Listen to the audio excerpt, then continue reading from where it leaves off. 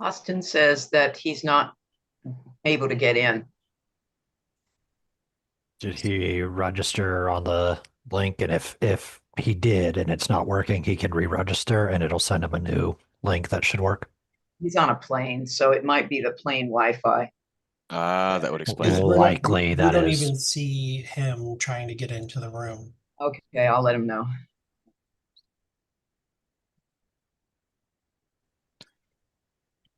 Anyways, Mr. Chair, we are recording and we are live streaming. Okay. I'm gonna go ahead and give it another 2 minutes before we start.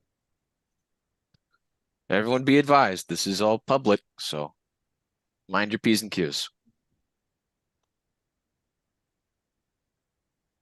And Mr. Chair, if you were asking if I could take the room at all when you were in executive session, I finally got Zoom to behave. Okay, and I see you're here now, so that's good. Okay. Thank you, Ms. Harlos. Yeah, sometimes you have to chastise Zoom.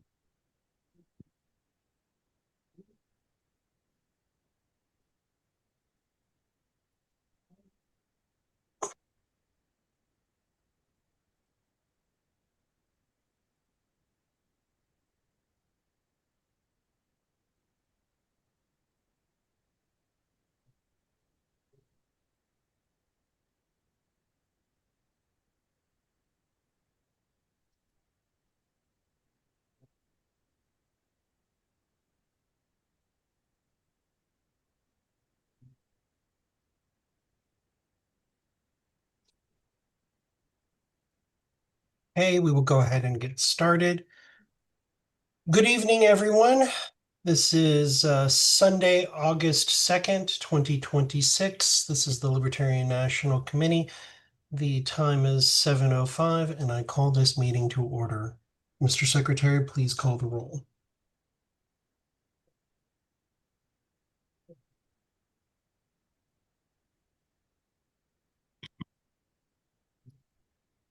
One second, I just want to make sure everyone can see my screen. We can. Very good. All right. Mr. Koffel. I am present.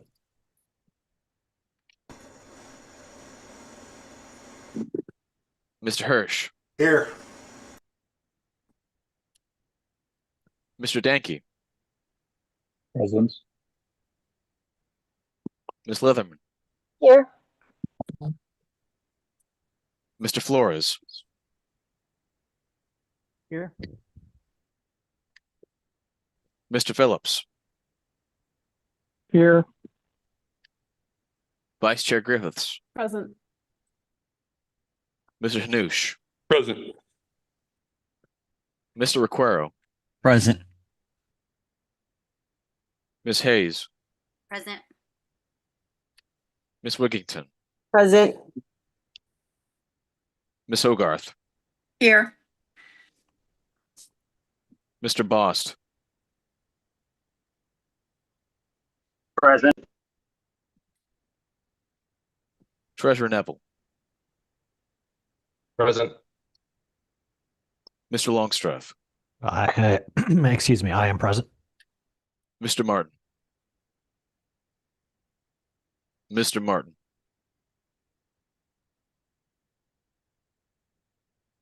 Ms. Fintish. Present. I am present. Ms. Michaela. Present. Ms. Nguyen. Here. Mr. Redpath. Yes. Ms. Robson. Here. Ms. Englehart. I am here. Mr. Scholl. Present. Mr. Ford. Here. Mr. Thompson. Present. Mr. McMahon. Pardon me, Chair McMahon.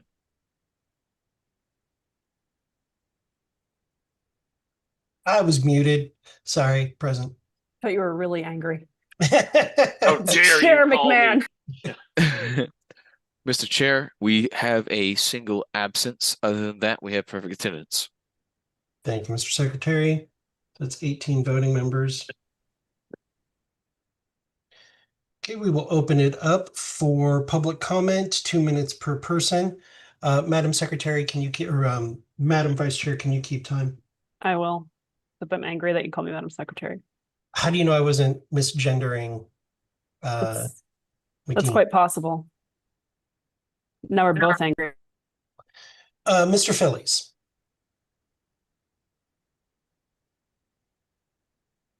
You're muted, Mr. Phillies. Try a different, there we go. There you Mr. Chairman and honored members of the LNC, mindful that we have embarked on a new route, I call to your attention that the United States has 2 associated commonwealths, 4.5 populated territories, at least 1 state that, as it happens, does not have an affiliate at the moment. And I would propose that the LNC should authorize the affiliate support committee to support individual libertarians in those places that we do not currently have an affiliate. Thank you. Thank you, Mr. Phillies. Mr. Plonka. Hello. I just want to quickly speak in regards to the 2 motions that the National Committee will be, sorry, the 1 motion in regards to the affiliate stance with the policy manual. I think that it's a good idea, and I would recommend that the LNC support it. I think it will help give libertarians and states a bit more control and power in regards to forming their affiliates, whether it comes down to being able to make the proper announcements with their states, or in other ways, in a way that makes it easier for them, such as if they can't do a convention, but if they have a bunch of libertarians come in to agree on a constitution, that kind of stuff, whatever the likes is. I would just recommend that y'all support the amendment to help give affiliates a bit more control and support, as well as give those who may want to form affiliates in states where we don't have any some more control and support. Sorry for the rambling and for a little bit of the iffiness, but anyway, y'all have a good evening. Thank you. Thank you, Mr. Plonka. Ms. Christensen. Hi, my name is Lydia Christensen. I'm a Kiowa Sioux Native American, and I'm a Libertarian Uper on the U.S. Senate ballot in Michigan. As Americans, we have a sacred duty to lead our neighbors and our nation by proactively defending liberty for everyone. I've come to implore the Libertarian Party to live up to the call of our principles by standing in solidarity with the freedom and rights of our sovereign tribal nations. In the Midwest here, Michigan Supreme Court just vacated Enbridge's Live 5 tunnel permit. In Wisconsin, the Bad River Tribe just won a federal appeals court fighting to ensure that Enbridge was still trespassing on their land. In the Upper Peninsula and all across the Midwest, communities are celebrating. For many years, we have borne witness to our countrymen standing with righteous indignation against the hydra of federal and state overreach. And from the long fight with victory and liberty in hand, we are seeing it happen now. These victories happen right now in America because tribal nations are fighting for their own sovereignty. Bear Ears is in active litigation. 5 sovereign tribal nations are in federal court defending a contract that the executive branch has broken. Right now, the tribes need allies in that courtroom, and they need the Libertarian Party to show up. The Libertarian Party says that federal power should be checked. We say that sovereignty matters. Those are just words, though. Amicus briefs matter, and they win court cases. The Libertarian Party has a responsibility to defend our native tribes' sovereignty. We stand against the disenfranchisement of any individuals, including the tribes. I'm running for the U.S. Senate on this, and I'm asking you guys to vote in support of amicus briefs for this fight. Additionally, I'm in favor of the affiliate formation policy manual amendment, which promotes affiliate autonomy. Thank you. Thank you. Ms. Harlos. Yes, thank you. I wasn't going to comment, but I wanted you to clear up misunderstanding, perhaps even that LNC members may have. The policy manual amendment A does not allow any kind of formation of affiliates without a bylaws or constitution or election of officers, which has to happen at a convention. It just removes some of the details of how the convention is organized. So in that sense, it really has nothing to do with affiliate autonomy or organizing conventions. I mean, organizing an affiliate without bylaws or anything of that. It just simplifies the procedure and doesn't let the LNC get in the way in the middle. And this is what it has been. It was only changed for like 3 years. The language that's being proposed is what it had been, I think, for like a decade.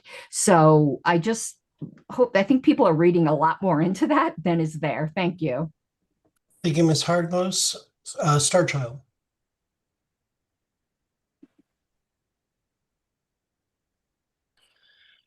Yeah, hello. Can you hear me? Yes. Yes, we can hear you, Starchild.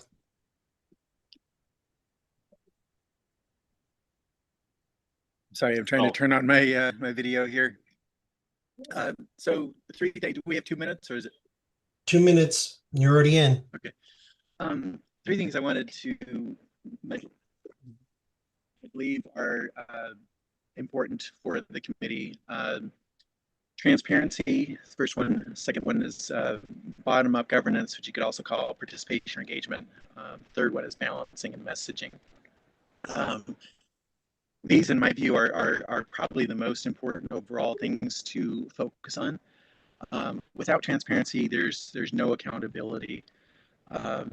We desperately need this. We need the public to be able to trust us, to see that we're not just conventional politicians, that we're not going to get in power and replicate the mistakes of the Republicans and Democrats. Second one, participation and engagement, decentralization, you could also call it. I think it's really important to build up a farm team of people that have the skills to not just have the party run by a small group of insiders, however committed and well-meaning, because it sets up a pattern for that kind of governance that in the long run will harm the sustainability of our party as a bottom-up libertarian organization. And this, would include things like allowing people to speak freely at meetings, like on each agenda item, there should be opportunity for public comment. The chat should be open for meetings like this one, for people to be able to talk to each other in writing while the meeting's going on for those not on the committee. The third one, balance and messaging. We've got a problem, and it predates anything with any particular caucus or the recent issues in the party. This goes back years, decades, I think, stemming in large part from the anti-communism, the need to resist the Soviets back during the Cold War, and it kind of pushed libertarians into an alliance with the right. And our messaging has long appealed more on average to people on the right than to people on the left. And this is not just me saying this. You can go and verify this from surveys of the public and polling and so forth. I think it's pretty well established. So I think it's vital that we not continue to fall into that. And the good news is I don't see, I see people saying things like, oh, well, there's foreign interference on the LNC and stuff forth, but nobody's saying like, well, let's embrace nationalism as a party. I see people complaining about, oh, there's socialists in the party, whatever, but I don't see people saying like, let's make this a right-wing party. So, the fact that they cannot openly say that, I think, is encouraging, that we don't have people openly lobbying for those things. That shows we're not so far down the road that we cannot correct this and make sure that our messaging appeals at least as much to people on the left as to people on the right, so that we can correct this historical imbalance. Because if we don't, it's like we're a small porcupine running between a giant elephant on one hand and a giant donkey on the other. If we go too far to left or right, we'll be trampled. Basically, it's a self-perpetuating trend that means that people will when they come into the party, have some of the baggage from their old party or affiliation, and it will move the party more to that direction. And so the more you lean that way, the further you lean that way, and at some point potentially becomes an irreversible trend. It's time. That's Star the Child. danger that Thank we're you. trying to avoid. Thank you. All right. Ms. Patrick. Thank you. Good evening. I just want to say thank you to everyone who is here for all of the hard work that you put in as a volunteer, mostly. And obviously, this is not always glamorous work. It is hard work, but it's important work. And for some reason, it's just on my heart today to tell you all that it's so important what we're doing and to keep doing what we're doing and not to get frustrated because we are the way of the future. We have the ideas. We need to be leaps and bounds above the other parties and keep moving ourselves in that direction. So again, thank you so much for everything that you do and have a good night. Thank you, Ms. Patrick. And Mr. Thank Chair, you that for all is of perfect your time. work in Florida, and thank you for being a candidate and for resisting the attempts to push you off the ballot. Thank you so much for that. Just as a personal aside, I do hear that Ms. Patrick has some legal obligations, financial legal obligations. If people would like to help her, please get with her and help her retire her legal debt. Moving on to the agenda, is there a motion to adopt the agenda? I move to adopt the agenda. Second. Moved by Mr. Hanush, it was seconded. Any objection to moving the agenda as presented? 1, 2, 3. The agenda is adopted.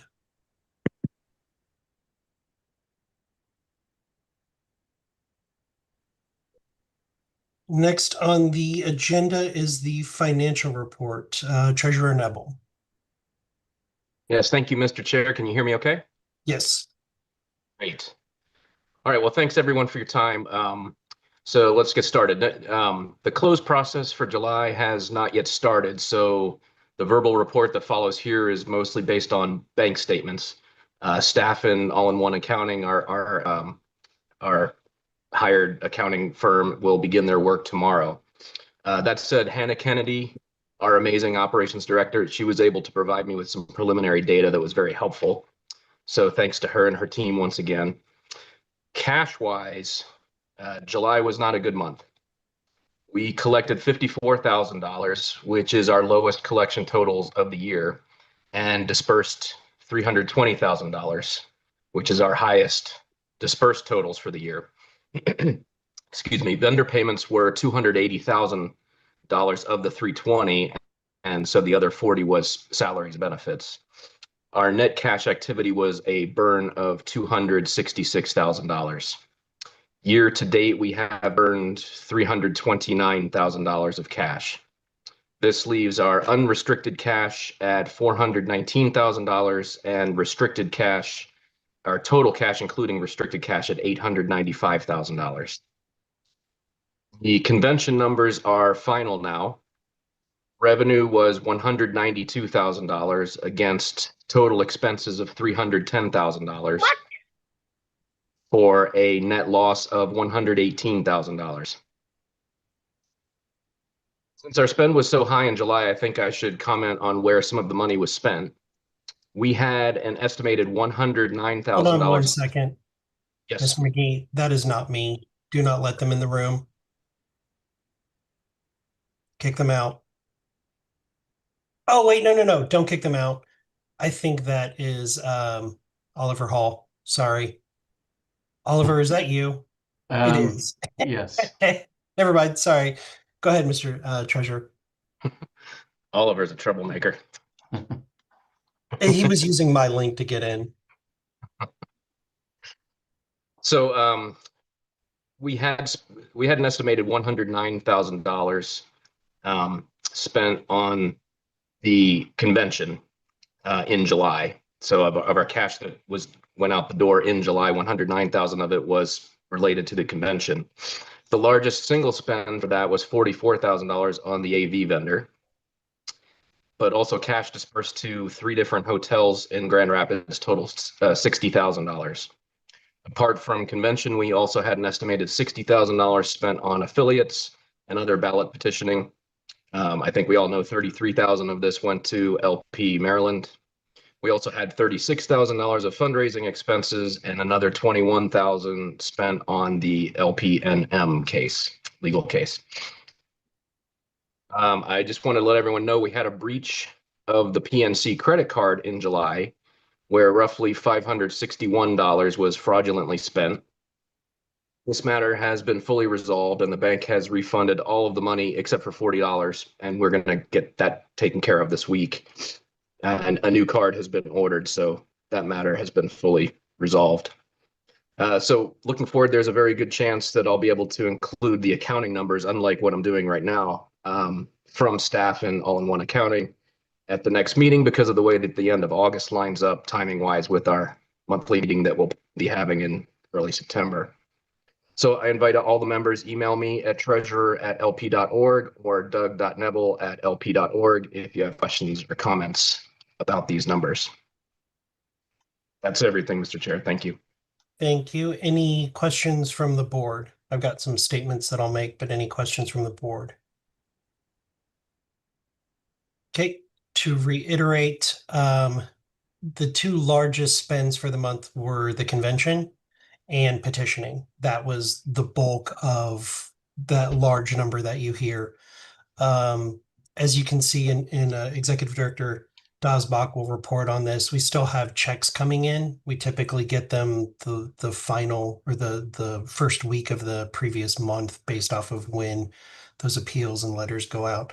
So there's still funds coming in, but the 2 biggest spends dramatically, and we'll talk also about this during the Convention Oversight Committee report, was final convention spending.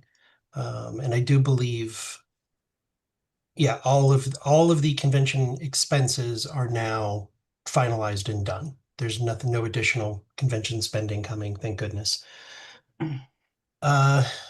Thank you, Mr. Treasurer, because I didn't see any hands go up for questions for We're the at treasurer. time anyway, so. Okay. Moving on to staff reports, Executive Director Dosbach. Okay. And I just want to start by commenting regarding to the treasurer's report that actually, and your comments, that we actually have just started to get the returns from the fundraising letter. So we've got not just a single week, but we have several weeks likely of returns from that. And we have not started to receive the returns from the long-term lapsed member letter, which just hit the mail. Was mailed out on July 20th. So none of those have come in by mail. We've gotten a few people who read the QR code or the URL and went to the website to donate. We've had a few of those, but most of that letter has not come in yet at all.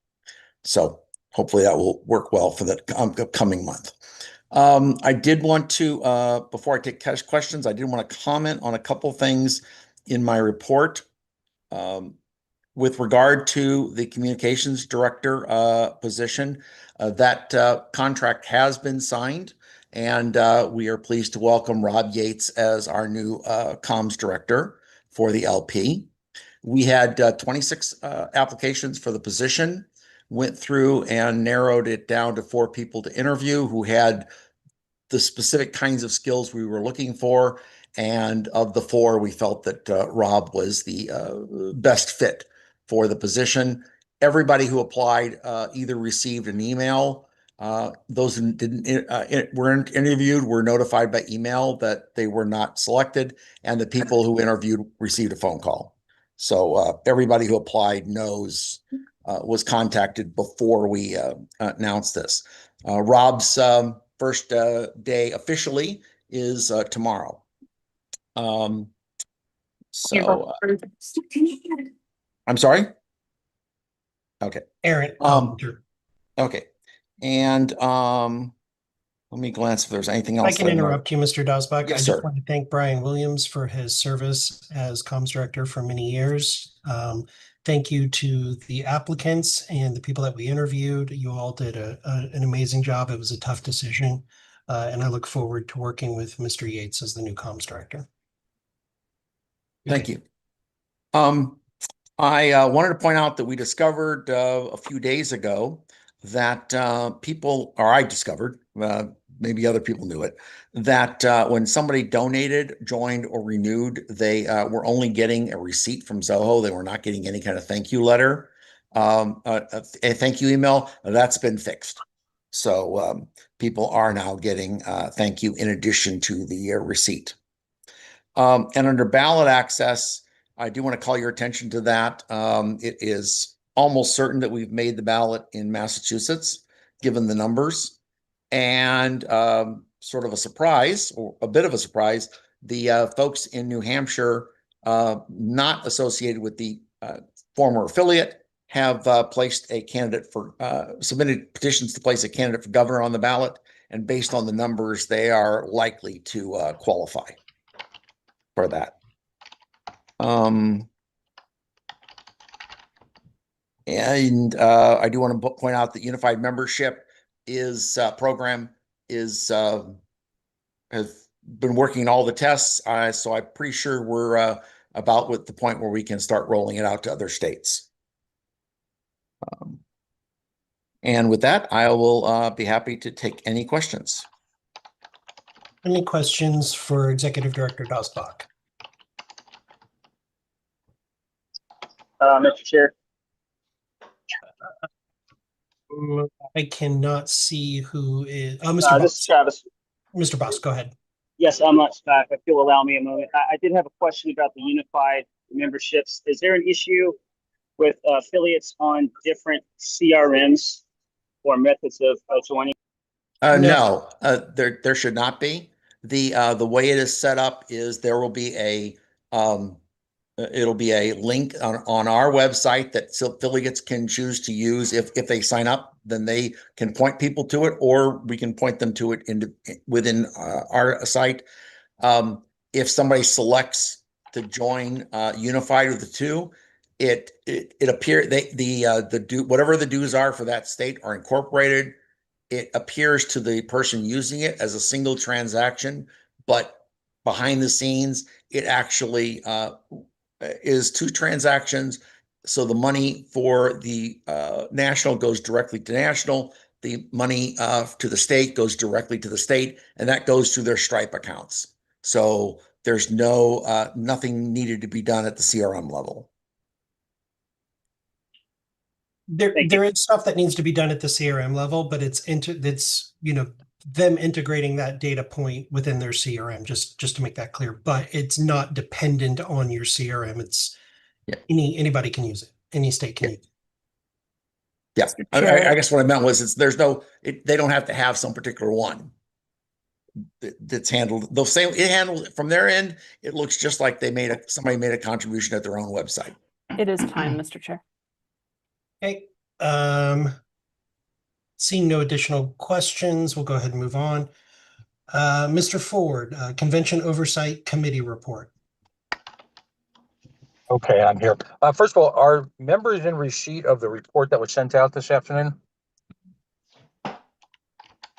Yeah, I believe so, yes. It went through the emails, yes. Okay, great. All right. Let's start out by this. Let's be blunt. First of all, just as a tiny aside, there's approximately $20,000 in additional receivables that will be coming in over the next week or two to partially mitigate what is obviously a catastrophic loss. The report goes into a lot of detail. It's a preliminary report. There are literally a couple of items, additional detail that I requested on things like the food and beverage breakdown and reservations. A report if it's possible to get on last minute cancellations. This is obviously very difficult for me, and I appreciate your patience right now. In the report, I talk about a tale of the numbers, and a significant part of this loss is attributable to the low attendance. Now, let me be very clear. I'm the chairman of this committee for the next couple of days. I take full responsibility for that. Regardless of any of the conditions that went into this, this was my job to overcome them, and to provide the best possible convention. And what's frustrating about this, there are people in this room who both financially and physically worked incredibly hard on this. There's a handful of people like Mr. Dar, who may not be in this room, who literally met with me 3, 4, or 5 times a week in efforts to do that. But ultimately, what it comes down to is, with 619 delegates,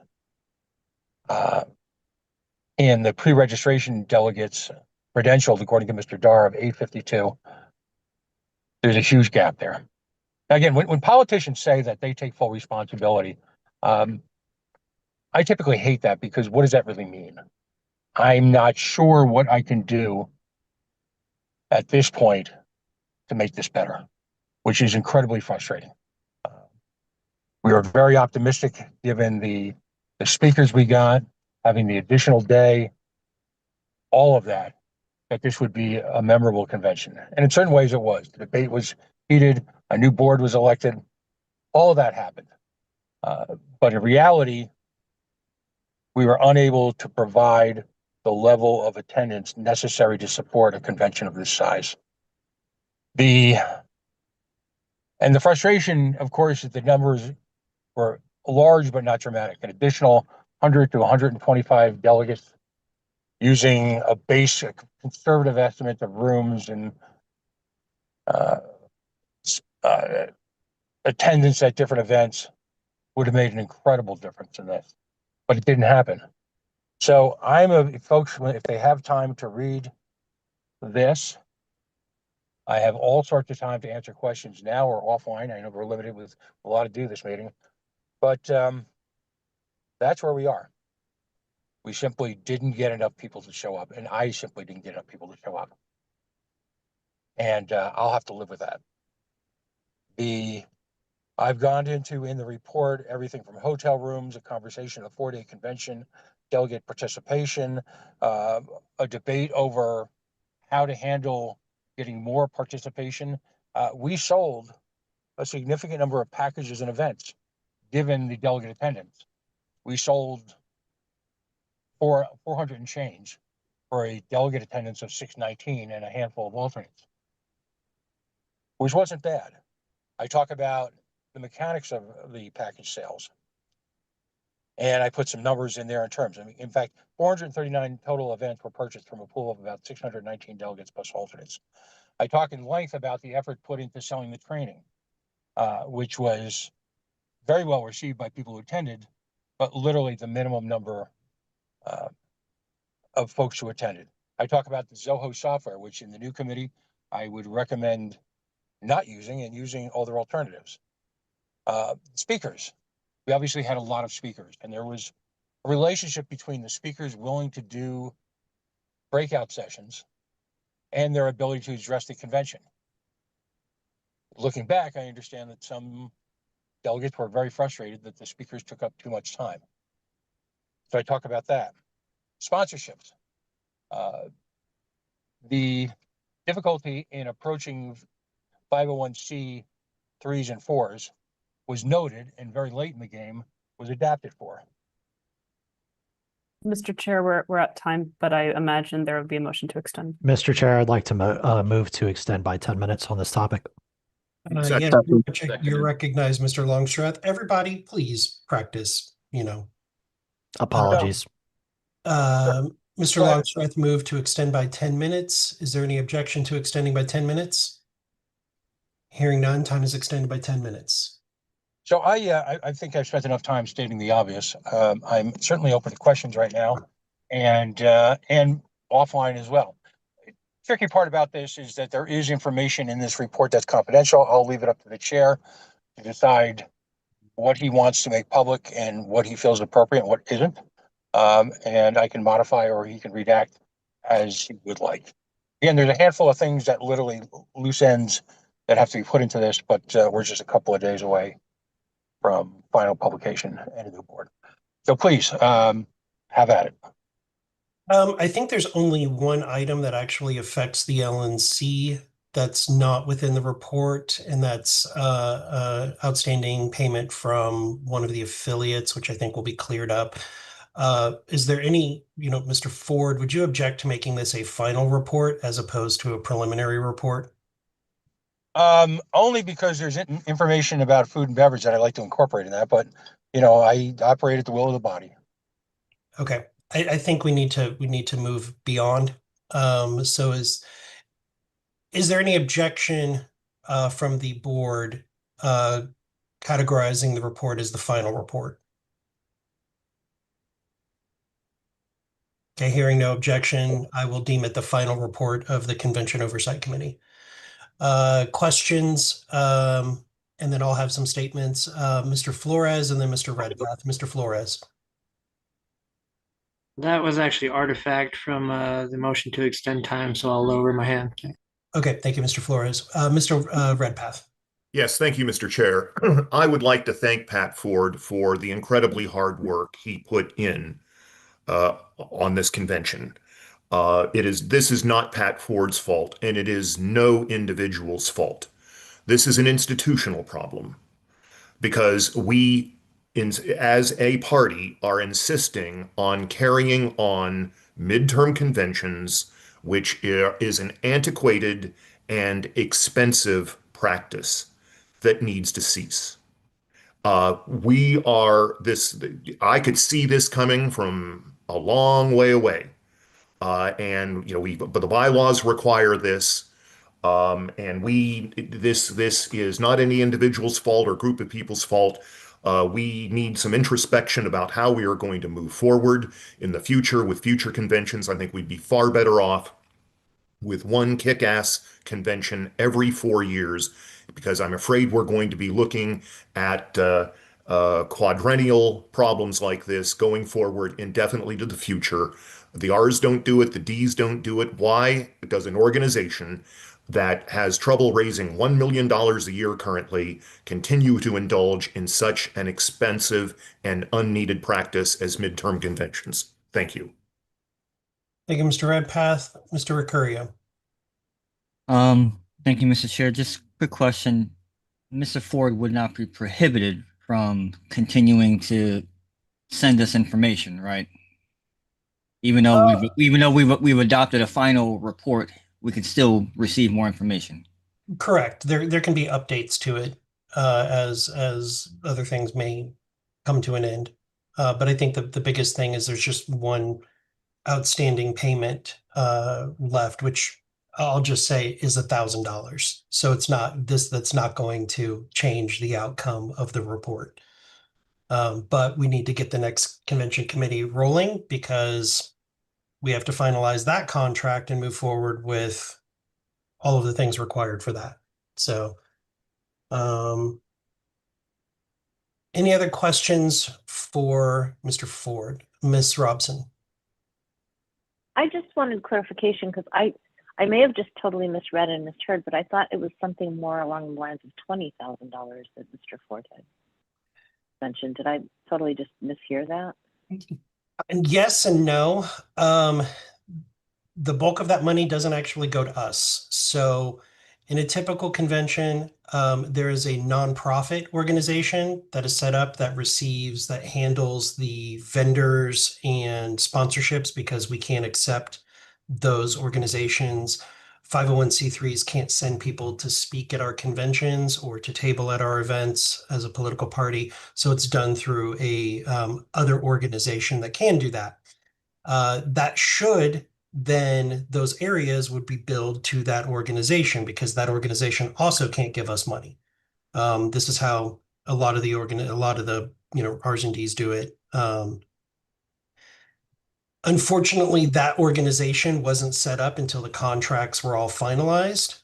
And it wasn't known that it was needed until it was too late. So some of that payment is going to them, which will hopefully be used to offset 2028 expenses. But unfortunately, it can't go to us or pay down the current bill. Thank you for the clarification. So the only outstanding payment to us is $1,000 from an affiliate. Ms. Fintish. Thank you. Mr. Chair, would you be able to remind those of us who were not on the LNC beforehand who all the members of the Convention Support Committee were and what their names are? Off the top of my head, I can't. Mr. Ford probably can. I can tell you, having sat in on several of the Convention Oversight Committee meetings as an ex officio, very few people who were actually on the committee actually attended the meetings. It was a lot of Pat Ford, Mr. McGee, Paul Darr, who was also ex officio, and then Betty Rose Ryan and Jim Turney and even Mr. Dosbach were there late in the game to try to help with historical information. But Mr. Ford, who are the other members of the committee? Mr. McGee, Andrew Watkins were both active participants. The three statesmen, if you will, of it, you mentioned them, were all there actually extensively from the beginning and provided a lot of information, a lot of guidance, and to them I'm eternally grateful. Mr. Darr, I can't understate his contributions, as everyone knows Mr. Darr knows him. High integrity, high work effort, low drama. And so he was basically a partner, if you will, to the chair of the committee, me. And again, those are the folks that consistently showed up. Mr. McGee was intimately involved in the selection of the next site. And and then, of course, I will say that we got tremendous support from the staff. Drew, in particular, well, I shouldn't say that in particular because everybody worked really hard, but I have to note that Drew probably sent out somewhere in the notion of 200,000 or 300,000 emails over the year or so that we were doing this, which were all great helps, raised a lot of awareness. So those are the principles involved. Thank you. Thank you, Mr. Ford. Something I'd like to stress from the financial report from Treasurer Nebel was we just paid $60,000 to hotels for room. And this isn't to you, Mr. Ford. This is just to the body. $60,000 for rooms that we didn't use. They were unsold rooms that we were obligated. We did not reach our attrition rate at the majority of the hotels. And so we were obligated to pay that money for something. I mean, that's not food and beverage. That's not anything else. It's not AV. That's not speakers. It's just $60,000 for rooms that were, by all accounts, empty, that we didn't use, that we were obligated to use. Mr. Ford, off the top of your head, do you remember how many room nights that actually was, what we ended up having to pay for? That's actually in the report. Okay. That's in the report. And there's a couple of things to stress on that. Conversations were had I'd say early on about reducing that. That contract, and this I want to be very careful because the hotel contract was actually in a lot of ways a good one. There were rewards for rooms that were sold, which we realized, which incredibly enough helped defray the shortage. The original contract, the room counts were similar. The one addition, and I go into this in some detail, I'll spare you now, but the addition of a fourth day turned out to be a mistake on several levels. And, as someone who went through this, I would probably say it needs to be reevaluated seriously because that presented additional rooms, part of which weren't sold because of the shortfall. And in addition, it provided additional costs on AV because it fell on a holiday. Mr. Chair, we're at time again. So anyway, in reflection. Okay, hold on, Mr. Ford. That was time. Would there be a motion to extend by 5 minutes? Motion to extend by 5 minutes, Mr. Chair. Thank you, Mr. Flores. Is there a second? Seconded. Any Second. objection to extending by 5 minutes? Hearing none, we are extended by 5 minutes. Mr. Ford, there are 3 other members who want to speak. Please go ahead. I have Ms. Hayes and Mr. Martin, and then, okay, maybe I only had 2. And also Mr. McGee. Mr. Martin is here now. Ms. Hayes. Hi, yes, I'll reiterate that it's an extremely difficult job, so I do appreciate Pat and everybody else that helped. I've worked on state and regional level conventions and even a couple national level, and I just want to speak to one tiny thing, and that is the room minimums.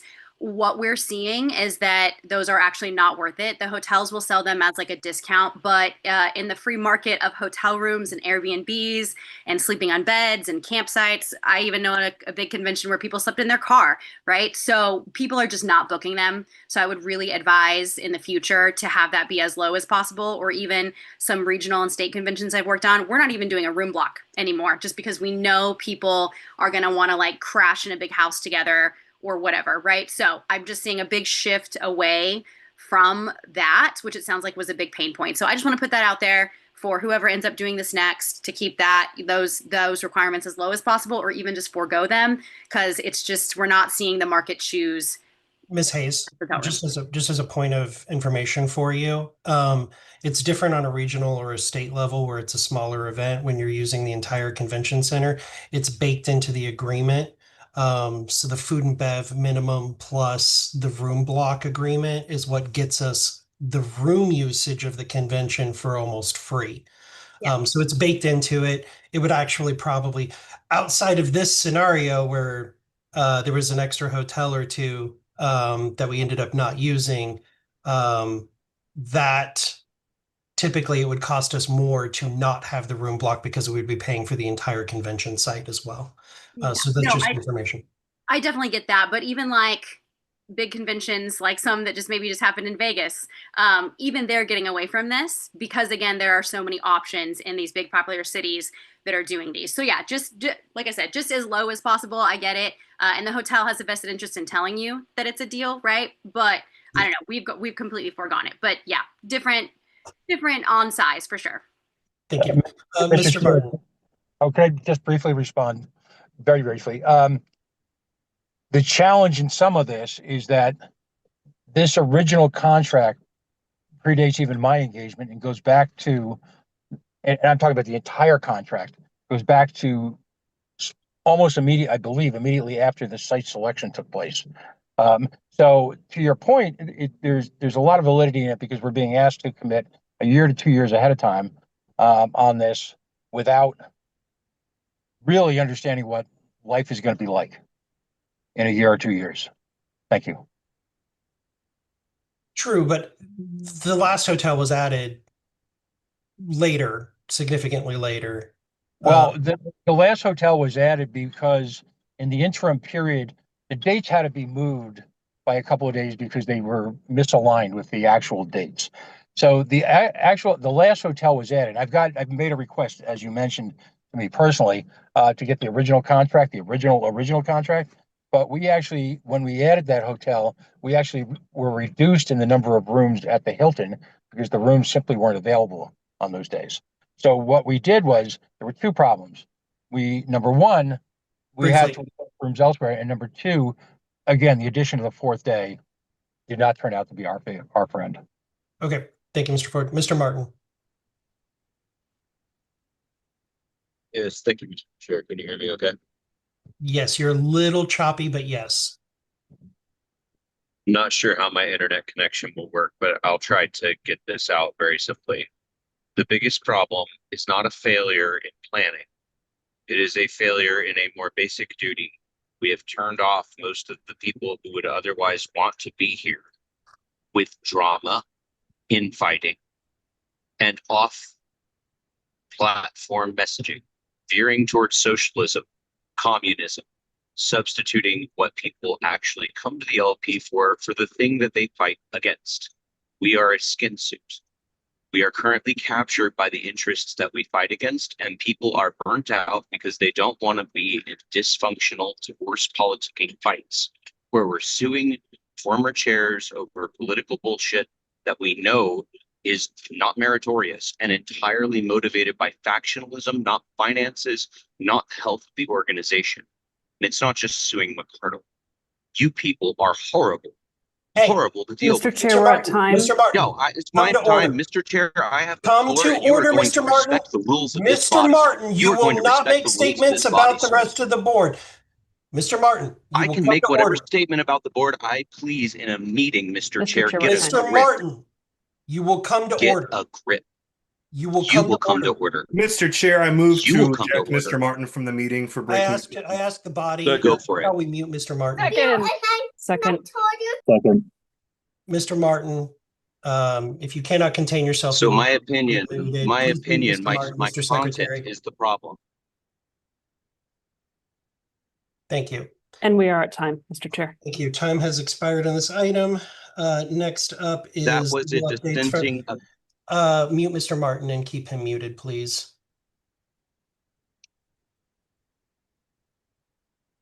Is there a motion to go into executive ahead and and to meet with Mr. Hall? If you unmute yourself and So interrupt moved. this meeting again, you And will I be wanted removed to from the share. meeting. He just did. I move to move into executive session. Second. Thank you, Mr. Dickey. Go ahead, kick me out. Any objection? Please. Remove Mr. Martin from the meeting.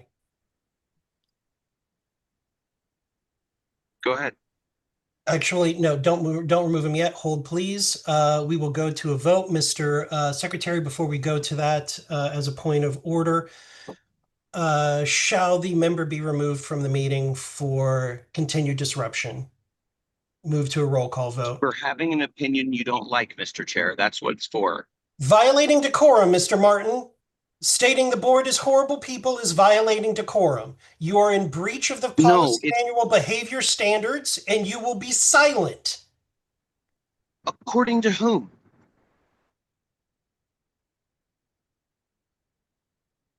This is subjective, Move to the roll call. 1 second, I need to prepare the ballot. I'm busy muting Mr. Martin. Why bother with the formality? You guys.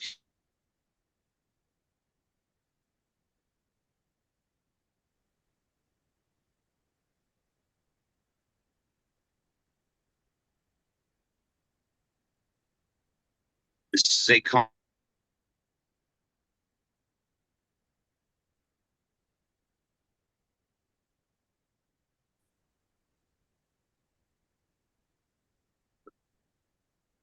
This is why we lost money.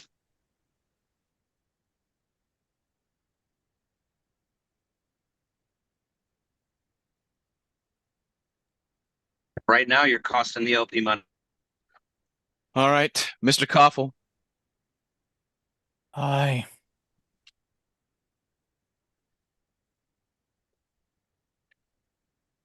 Mr. Danke. Yes, please. Mr. Flores.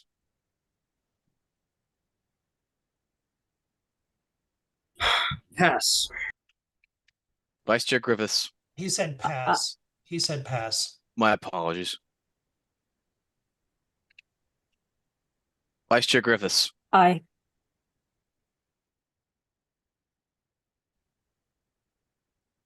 Mr. Noosh. Yes. Ms. Hayes. I just want to abstain on this. That seems so good. You guys have been waiting for this a long time. Ms. Hogarth. Yes. Treasurer Nebel. Yes. Mr. Longstreth. I'm going to pass for now. Mr. Martin.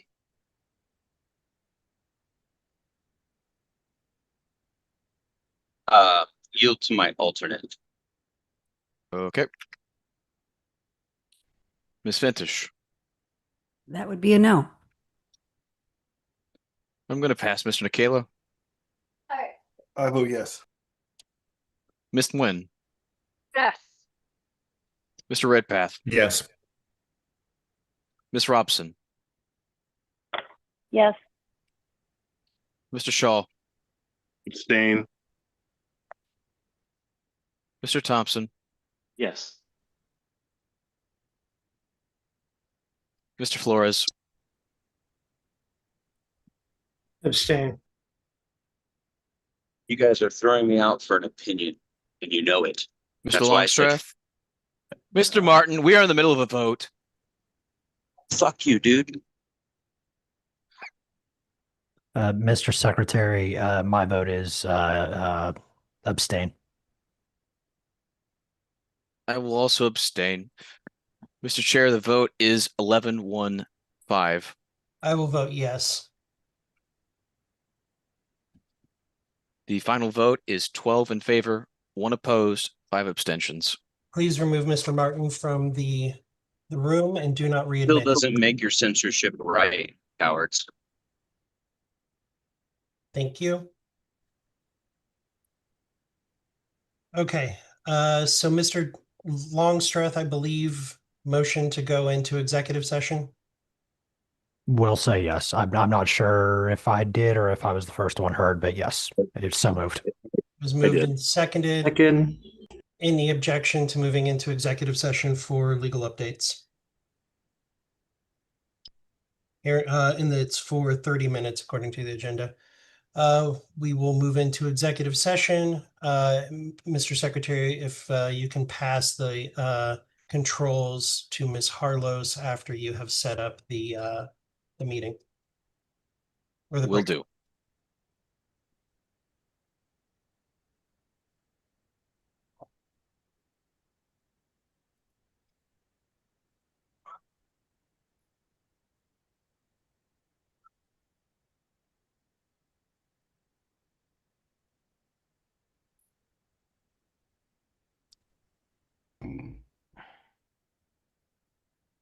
And Ms. Harlos, you are not to let Mr. Martin into the room. Certainly, Mr. Chair.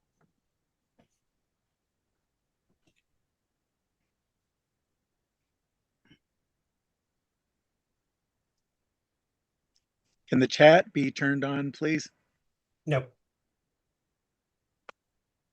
while you're in the secret meeting? Nope. What's the harm in having the chat on while you guys are in the secret meeting?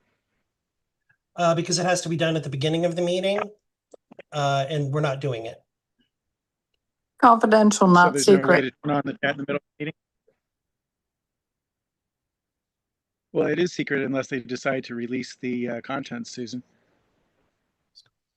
Are we in between the meeting and the meeting? Kind of. Okay. Not exactly yet. Okay. Not until we all leave the room. Apologies. You're fine. Mr. Chair, because Mr. Martin was ejected from the actual participating in the meeting, does that also mean that he would be restricted from being able to observe the meeting? I don't think those are two of the same things. Yes, because he cannot be in the room. He's ejected from the room. But thank you, Ms. Fintish.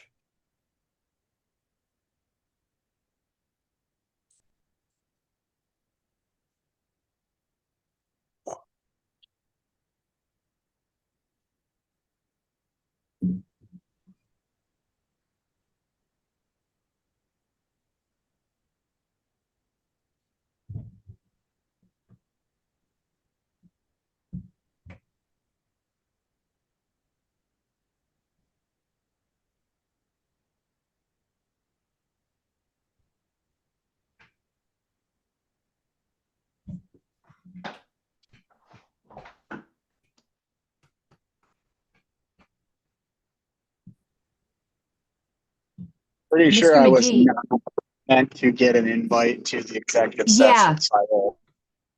Yeah, I got one too. Just so you know, Mr. McGee, that room 1 invitation went out to everybody.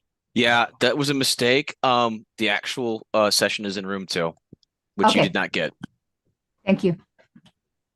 So if I decline this room 1 invitation, Yeah. guess So, yeah. Or people can hang out in room 1 all on their own. there you go. So what's up, party people? How's it going? Anybody read any good books lately?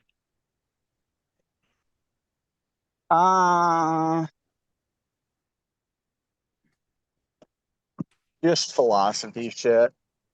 Nothing too. out of the ordinary for LP people. There you go. I more or less finished a novel. Writing or reading? Writing. Oh, It will nice. be a new Telsey Emberden. The name may not mean anything to many of you, science fiction novel. I also read The League of Dangerous Young Ladies, which is a sort of Sherlock Holmes pastiche, though Holmes barely shows up. The best introduction to this, though this is not from the novel, is Mr. Holmes, I need to introduce myself. My name is Rose. Rose Moriarty. I believe you knew my father before you threw him off the Reichenbach Falls. And to that point, Miss Harless, could you move me into room 2? Oh, okay. Let me see if I could figure Please that move out him here. off of the Reichenbach Falls. I am. I don't Oh, see the bad. rooms. I don't think you made me co-host yet. I definitely did. Oh, Yeah, let me you are see. definitely co-host. Okay, I don't see the rooms. That is interesting. Oh, breakout rooms. Okay. They moved something around. Let me see if I can move you 1 second here. I'm looking for you on the list. You're not showing up on my. LNC secretary? If he's not on the list, he can't get in. Oh, well, that's gonna be fun. I do not see you on my list. I call shenanigans. Like, see, it's a conspiracy. Austin Martin was right. I totally do not see you on this list. I don't either. I'm just like, I'm trying to move myself to the room. It's just like, yeah, I'm not here. You don't see I Ellen wonder. secretary on the Mr. McGee, you're list? gonna have to sit out here with the plebs. Oh, it's okay. I'm on the litigation committee. I'll find out later. There you go. Okay, I'm going to look on participants rather than rooms like I normally do. Well, I see you on participants, and it could be because you're the host, you don't show up on the list. That's bizarre. That could be it. I bet you if you weren't host, you'd show up on that list. Because now that I'm thinking about it, I don't think I ever saw myself on the list when I was host. Well, the thing is that last meeting I did, but normally when you go into a breakout room, there's, basically unassigned, and then you've got rooms. There's no unassigned. Yeah. There's just room 1 and room 2. I don't want to take a lot of time with this. Get with me after the meeting. There's a way to automatically, once you open the room, all the LNC members automatically get moved. There's just like a secret script in Zoom to do that. Is it possible for him to come back in like under his own name or whatever, and then have you move him over there? He can if I think you need to give up host, let me host, move you. Then when you all come back, I make you host, and then you remove my co-host. I think that's the way you're going to have to do it. All right. Well, that's gonna be fun. All right. 1 second. Okay, but because you're hosting. Okay, cool. Yeah, that makes sense. All right. Well, see you guys. All right.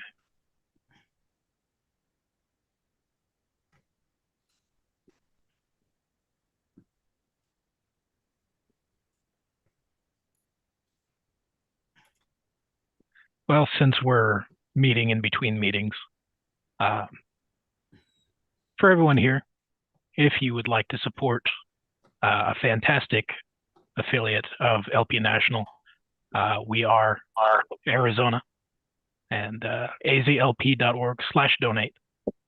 We've got some kick-ass things that we've been doing, and it takes money to do them.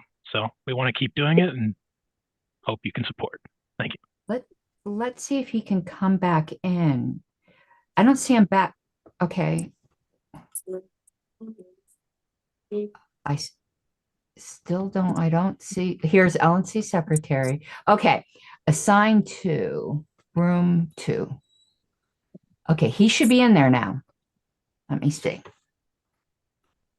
Yep, he just disappeared. Yep, he's in there. Something was just going on weird with Zoom. Okay.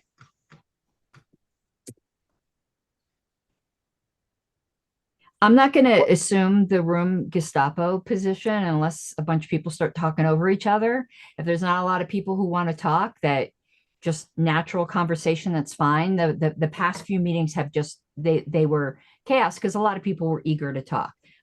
Otherwise, I just will be here and be quiet. Nathan, what's Arizona up to? Like specifically?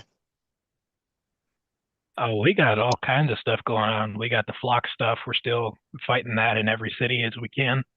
We got some ballot access efforts that we need funded. We got we're one of the few states. I'm muting that for a second. Hopefully sorry. you guys aren't upset. If you are, let me know in chat. If you'd rather, whoops, what I do? If you'd rather hear the chat, why is it doing that? Not showing. Let me just go back with that. Let me know if it's not showing the room. But I wanted to talk a bit about JC stuff while we were in this break period. So I might actually be having 2 more shows on the JC because Todd Hagopian submitted an amicus. And I hate saying it was in favor of LPNH. That's just the way you have to file. I like the way he posted on Twitter. He said, I'm not in favor of LPNH, nor am I against the LNC. I hate you all. But it was more of a procedural argument, and he's in LPNH's side when it comes to procedure. And I wanted to make that clear. And it was a thoughtful amicus. So I want to address that. Certainly want to address that before addressing any of Hector Roos's AI slop. So there may actually be 2 shows, but I also have to do a channel patron show. There's a certain level where you get to request a topic a month, and I'm coming up on that month where I got a request. So that's something else I need to do. Okay, that's really all I think I have to say. So let me put the room back on. So I'm not sure if Karen Ann was deafened, but oh, I was. I'm sorry. Okay, yeah, I was in the middle of speaking when you started.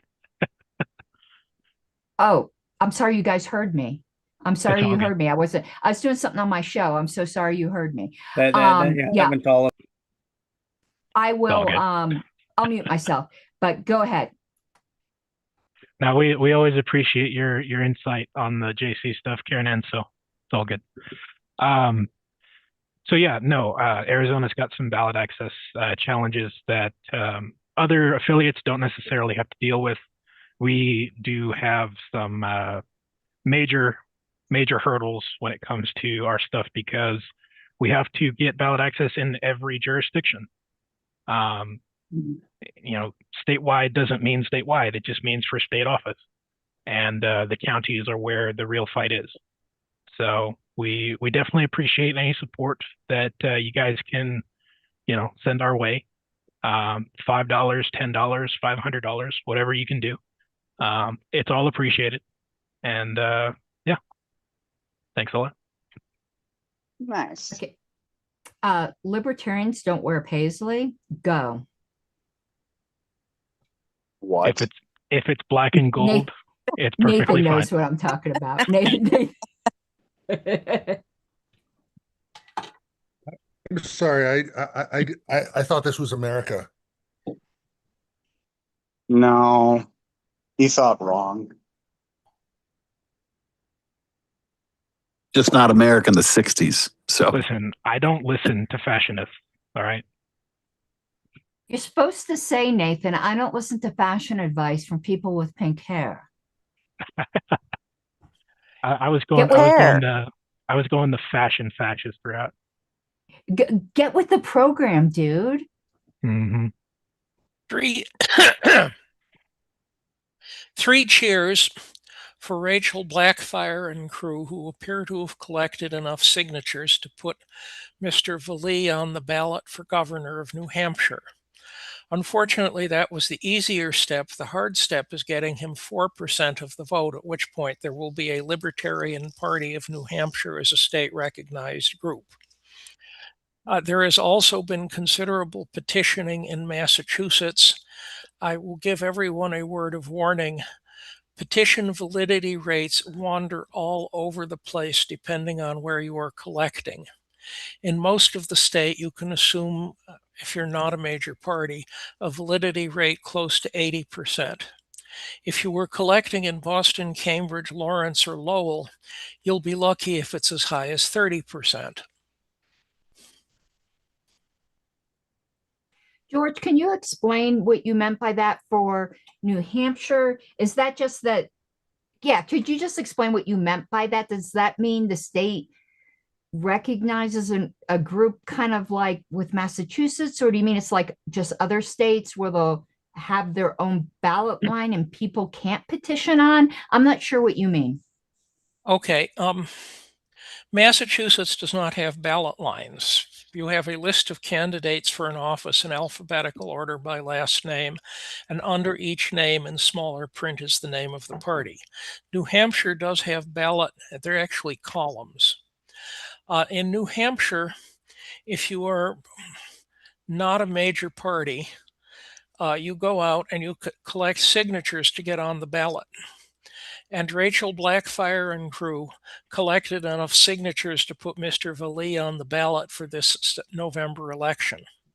If Vallee gets 4% of the vote, he gets to identify a group of people as the, I don't know the legal term of art, the acting state committee. The use of the acting state committee is that the acting state committee can complete the ballot, so that if there are blank places where there aren't people running, for example, most of the state legislature, the state committee can appoint, with their agreement, libertarians to be on the ballot. This would be happening in 2028. In addition, if memory serves, they get to appoint the presidential candidate. At some point in there, the new state committee is elected, this is New Hampshire, in a primary election. In Massachusetts, if Mr. Ozanoff has enough signatures and gets 3% of the vote, the last is extremely likely to occur because his only opponent is a Democrat. The Republicans couldn't even dig up a candidate. That state committee persists through its time to appoint electors and put someone on the ballot in 2028. However, if the presidential candidate, the at-large candidate in 2028 does not get, if memory serves, 3% of the vote, the Massachusetts Libertarian Party would then cease to be a major party and would become a political action committee, separate from any of the clubs, Alma, Llama, whatever, who are libertarian private clubs. Did that help, or did I make things worse? I kind of understand the Massachusetts situation, but the New Hampshire situation. So the nominee would get to appoint a state committee. That's where I was getting a bit confused because I'm so used to Colorado. Oh, understood. They have enough signatures, we think, to put Vallee on the November ballot. The next step depends on whether or not Vallee gets 4% of the vote. If he doesn't get 4% of the vote, everything goes away. If he does get 4% of the vote, Libertarian becomes a major party in New Hampshire, and Vallee appoints the state committee that will serve until the next election of state committees, which will happen in 2030, if memory serves. I think it's simultaneous with their presidential primary, but don't hold me to that because I'm not positive whether that's true or not. So it's kind of similar to Massachusetts in a way. Correct. Okay. That's what I was trying to get, because I don't think that has ever happened when I had been on the LNC. So this is something completely new to me, and it's so different than so many other states. Like Massachusetts was the outlier. I think I kind of sort of understand. Thank you. It's been a long time since New Hampshire got major party status. They had a series of efforts, and they made a decision as to who they wanted to run for governor. And the decision, from my point of view, was not the ideal decision. But hey, they're the people running their state association. They get to decide. Thank you.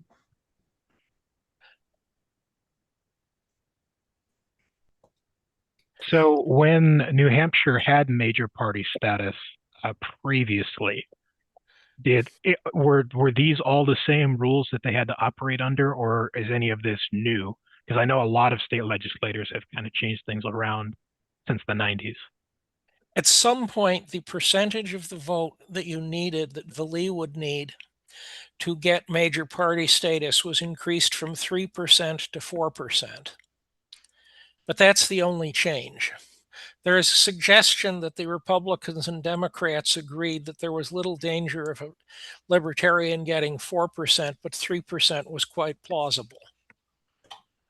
The only change in Massachusetts goes back close to 20 years. It used to be that if you were a minor party, or what the rest of the world would call a minor party, you only needed half as many petition signatures as you would if you were a major party.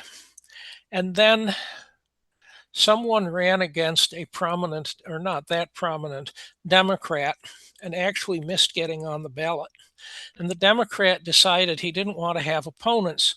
So he had the rules changed, so you now need as many signatures as the Republicans and Democrats do.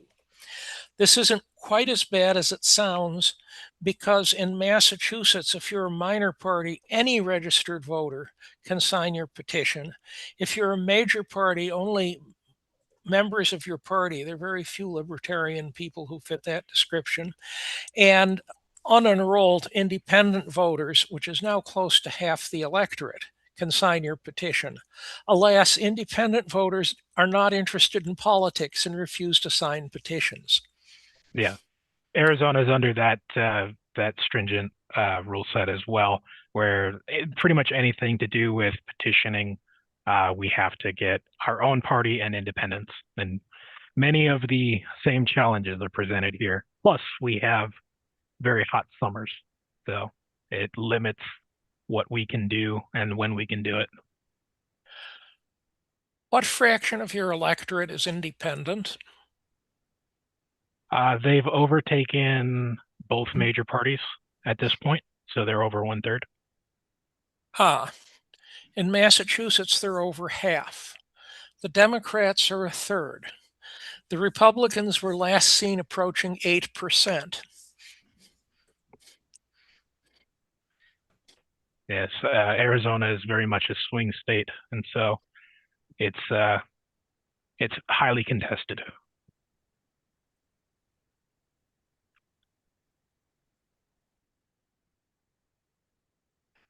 Massachusetts. I'm sorry, I just heard the beep that someone was trying to come in, but I don't see anything on my screen. Sorry, I'm kind of talking to myself. Sorry, George. Massachusetts is a two-party state. The two parties are the machine Democrats and the liberal to socialist Democrats. To make matters worse, one of the issues on the ballot this year will be going to a California jungle primary in which the top two candidates will be on the ballot. As a practical matter, this means that we will be a literal one-party state in which your choice will be a Democrat or a different Democrat.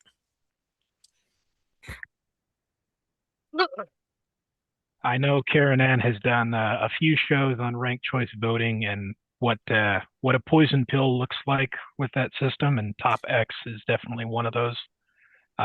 It is unfortunate that they end up being packaged together by a multitude of people, and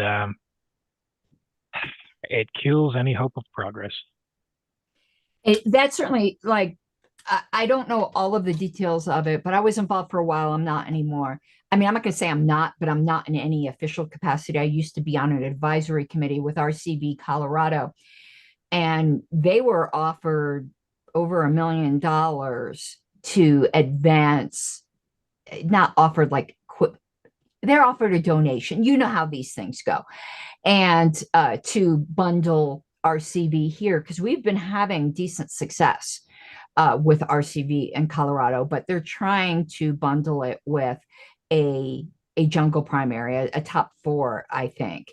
And those of you who may be following Colorado, where there's an absolutely insane Republican nominee for governor who did phone exorcisms and said he killed somebody at 7, it's age 7, and then when asked how many people he killed as an adult, he asked the reporter, does that really matter? And the reporter was like, yeah, I think that matters.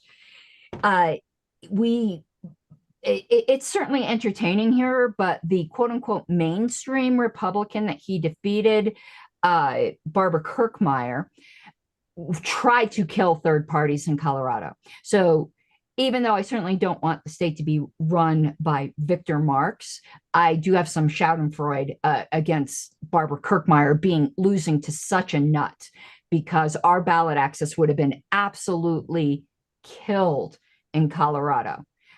She was merciless in that regard. So just in case you all, Colorado politics right now are really, really interesting, particularly with DSA persons advancing to the primary. Pray for us. I'm certainly concerned with the DSA's activities across all parties, including the Libertarian Party. We have a very vocal DSA advocate in the national Discord now, and it makes me very uncomfortable that they're allowed to continue to be there. Right, Evan or somebody. So I don't do any of that stuff anymore. I decided limiting social media channels is good for health. Not to eliminate it entirely, but I just stick to Twitter. I don't do any of the Discord or any of that. But that is concerning if that's the case, Nathan. And I would draw it to the attention of party officers. Well, party officers have engaged with this person, and it's been a thing. I hate Discord. Yeah. Nathan, I would concur, and it's unfortunate because this isn't all party officers, and I'm not even going to name names, but there are some party officers that definitely seem to be condoning this individual's involvement, and it's not ideal. There's also Michigan just elected a senator candidate that's kind of concerning as well for the LP.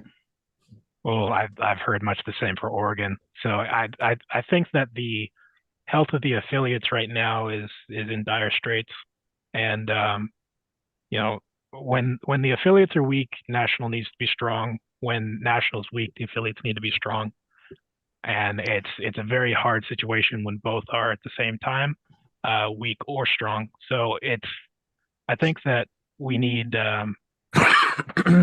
we do need something. I will say, as the current owner of the National Discord server, all of that is surprising to me, considering no one has actually contacted me at all. So, it would always be good to point out things and talk to people if you actually have a concern, considering you know me and I'm highly accessible to talk to. Thank you. I was unaware that you were the one in charge of that at this point. I only know the moderators, and the moderators have been, let's say, lackadaisical about this. So, Mr. Dar, I apologize. I probably could have brought it to your attention, but I figure you got enough on your plate being vice chair of Texas that. Yeah, I'm kind of the unwilling owner of that server still, because they kind of told me to still do it. They didn't ask me. They just told me to stay in charge of it. So I was really happy to, pass that off at some point. But no, go ahead. If something does concern you on there, bring it to my actual attention so that I can bring it to the moderators there. I don't actually I give them the rules and then ask them to apply it, but it's always if you feel something needs to be elevated, please elevate it to me. I am not actively on there for every conversation, so I might have missed what you guys are concerned about. So I'd be happy to have that help. Hi, Kitty. I just wanted to quick say I don't appreciate you guys calling me a socialist. I am a libertarian that has very progressive policies, but I'm not a socialist. You, with respect, you described yourself as a libertarian socialist. And not only that, I you never said I was a libertarian socialist. I said I was a progressive libertarian. not only that, you directly stated that you were a DSA advocate. When did I state that? Okay, now we're Because going to you go guys saw to a now. picture of 12 Excuse years me, ago? excuse me. Now we are going to go to hands. So you all can continue the conversation, but please raise hands and I'll recognize so we can do this without talking over each other. Mr. Phillies.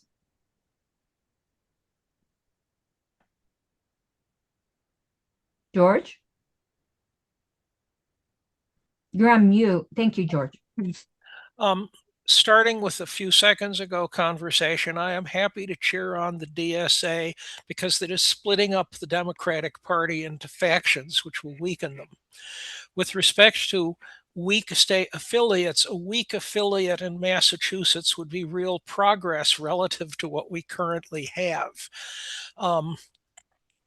There are sort of two groups. The Llama group was after the disagreement a few national conventions ago, has walked away completely from the National Party and is associated with the Liberal Party, Liberal USA Party, but is not doing anything. ULMA, the Unified Libertarians of Massachusetts, our affiliate, is opposed to running candidates, as far as I could get out of them. And neither group does anything complicated like publishing a newsletter. But that's where we are. Mr. D'Orazio? Due respect to Mr. Phillies, but I don't agree with him on the DSA. Much like the MAGA movement in the Republican Party, they're dragging the Democrats to the edge. They're not splitting the party; they're galvanizing them farther left. Much like the MAGA Republicans galvanized the Republicans farther right. It's a loss of centrists. And yes, both parties are shrinking because of these movements, but they're not shrinking enough. I can't cheer on an ideology that's likely to make gains in November that is directly opposed to libertarianism. Nathan? Yeah, I have to I have to wholeheartedly agree with Mr. D'Orazio. I don't want to sound McCarthy-esque, but when somebody walks in the door and says, I'm a communist, and basically advocates for communism, socialism, then it's a major detriment to the political sphere as a whole, especially when they've become very popular. We have seen the rise in this ideology in New York, right? Mamdani and various other Democratic candidates, and not just Democrats. I mean, the DSA has long been around in various forms with different factions within itself, right? And the fact that they're getting organized and the fact that they're actually taking positions, I'd just like to point out that this is happening whereas libertarians are not taking these same positions. And so the fight for liberty and against this hellish ideology, we're losing. And I don't want to cheer that at all. Thank you. I had my hand up. I'm going to be agreeing with pretty much everyone here. As a state in which DSA candidates have got ballots, I can tell you Colorado is turning into a hellhole from those kinds of policies. So we might like watching politics from the side and kind of view it as a spectator sport where real people are not getting hurt. If I weren't the age I were with an established career, myself and Wayne, we would be hightailing it out of Colorado. It is turning absolutely unlivable here because of those types of policies. We would be looking at Wyoming, and who knows how long it is till it's there. So I do enjoy seeing both of the uniparties have their squabbles. I have to remember that there are real people getting really screwed up over these things. So thank you, Mr. Phillies. Returning first to what Karen Ann just said, I would be interested in knowing what policies were being adopted in Colorado that are particularly misfortunate. With respect to progressives, I will remind people, some of you must have read Hayek's book, The Road to Serfdom, in which Hayek comments, however, that a reasonable government that he would view as, I guess, classical liberal, ensures that people have a decent minimum of clothing, food, shelter, and at least a modicum of medical care. The last of those is extremely radical if you know something about how medical care worked in England during World War II when the book was written. Nonetheless, I am somewhat more optimistic that party divisions weaken parties rather than strengthen them. So what, Karen Ann, is going on in Colorado? So I wasn't prepared to like have a complete list here, but I will give you some examples. So it's the regulations that are being placed on businesses. So if you just look at Denver, there are businesses that have been just absolute anchors in Colorado, particularly restaurants that are closing, and that should be super alarming. I love urban areas, so I'm not one of There's those people that were put in a breakout room, Karen. I think there's a couple people still there who may not know how to get back to this room. Can you take care of that? I cannot host this room. So I can send an interrupting somebody, please don't. But let me send a broadcast message so that anyone who is in that room, because McGee made let me do a broadcast message here. Anyone, whoops, it's not letting me type. Yeah, it seems like these technical glitches come up that interfere with participation and transparency, and then nobody does anything about them. Nobody knew about it and it could have waited in line. Thank you. Anyone in room, let me type this and then I'll continue answering George's question.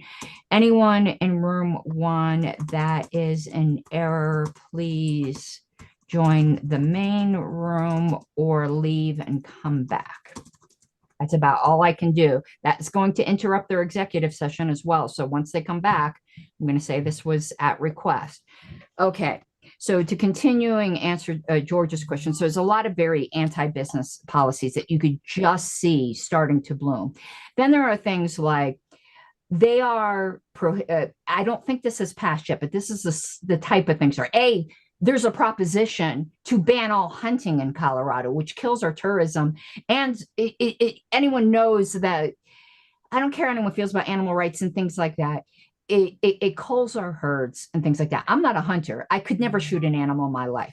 But now with the hunting, they're not allowing these like cottage industry. Again, maybe I shouldn't say not a lot. I know this was proposed. I don't know if it's yet passed, to use fur scraps to make like coats and things like that.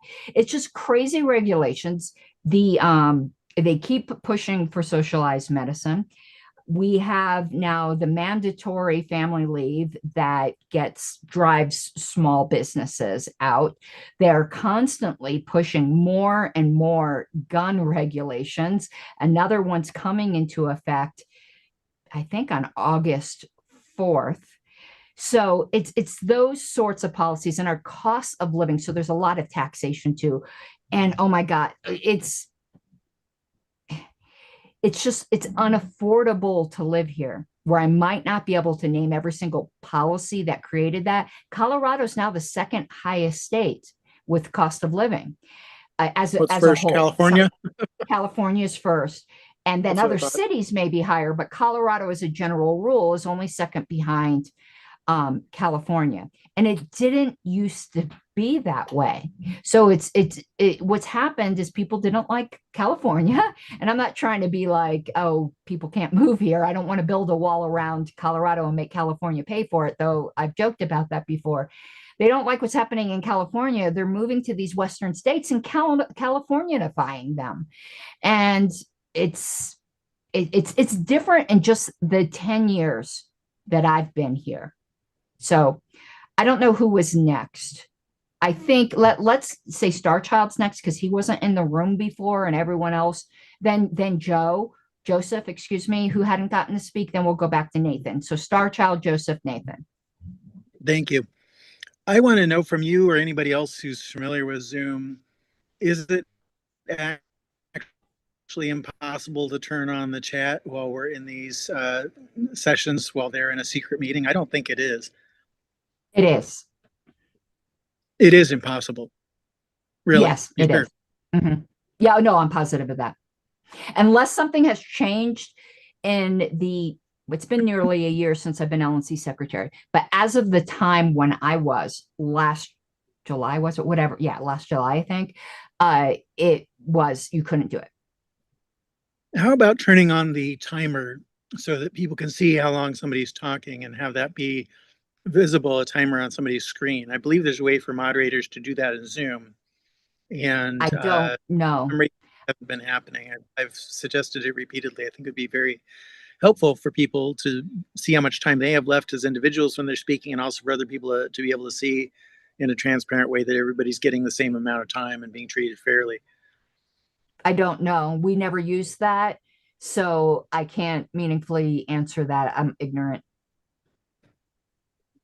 Okay. Can you see if there's anybody else in any other rooms now besides this one and the secret meeting? Let me see.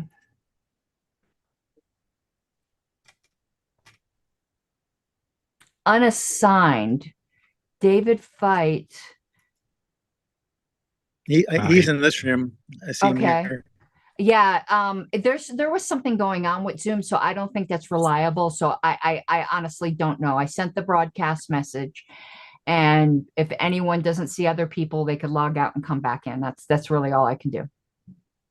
Okay, because I did try rejoining before, and it put me back in that same room, which obviously wasn't helpful. Now, There's something. Time I did it. I'm sorry. There's something really going on with Zoom tonight. I couldn't join the meeting at first. I had to uninstall it and reinstall it. I think Zoom's a bit glitchy tonight. It had some glitches that Mr. McGee had as well, where he had to leave and rejoin. I see. Joseph, Jay. Yeah, first of all, I should ask him how to get my damn Joseph off there. But no, I wanted to address particularly Nathan and thing. Now, listen, I'm an old ANCAP.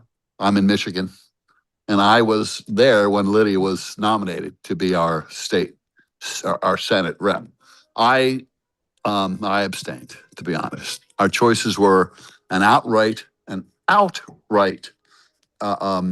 racist, okay, an outright white nationalist, to vote no in order to support the Republicans or Lydia. Now, I see Lydia coming from a lot farther left than I am, to be honest, a lot farther left. I'm an old ANCAP. So I didn't vote for her.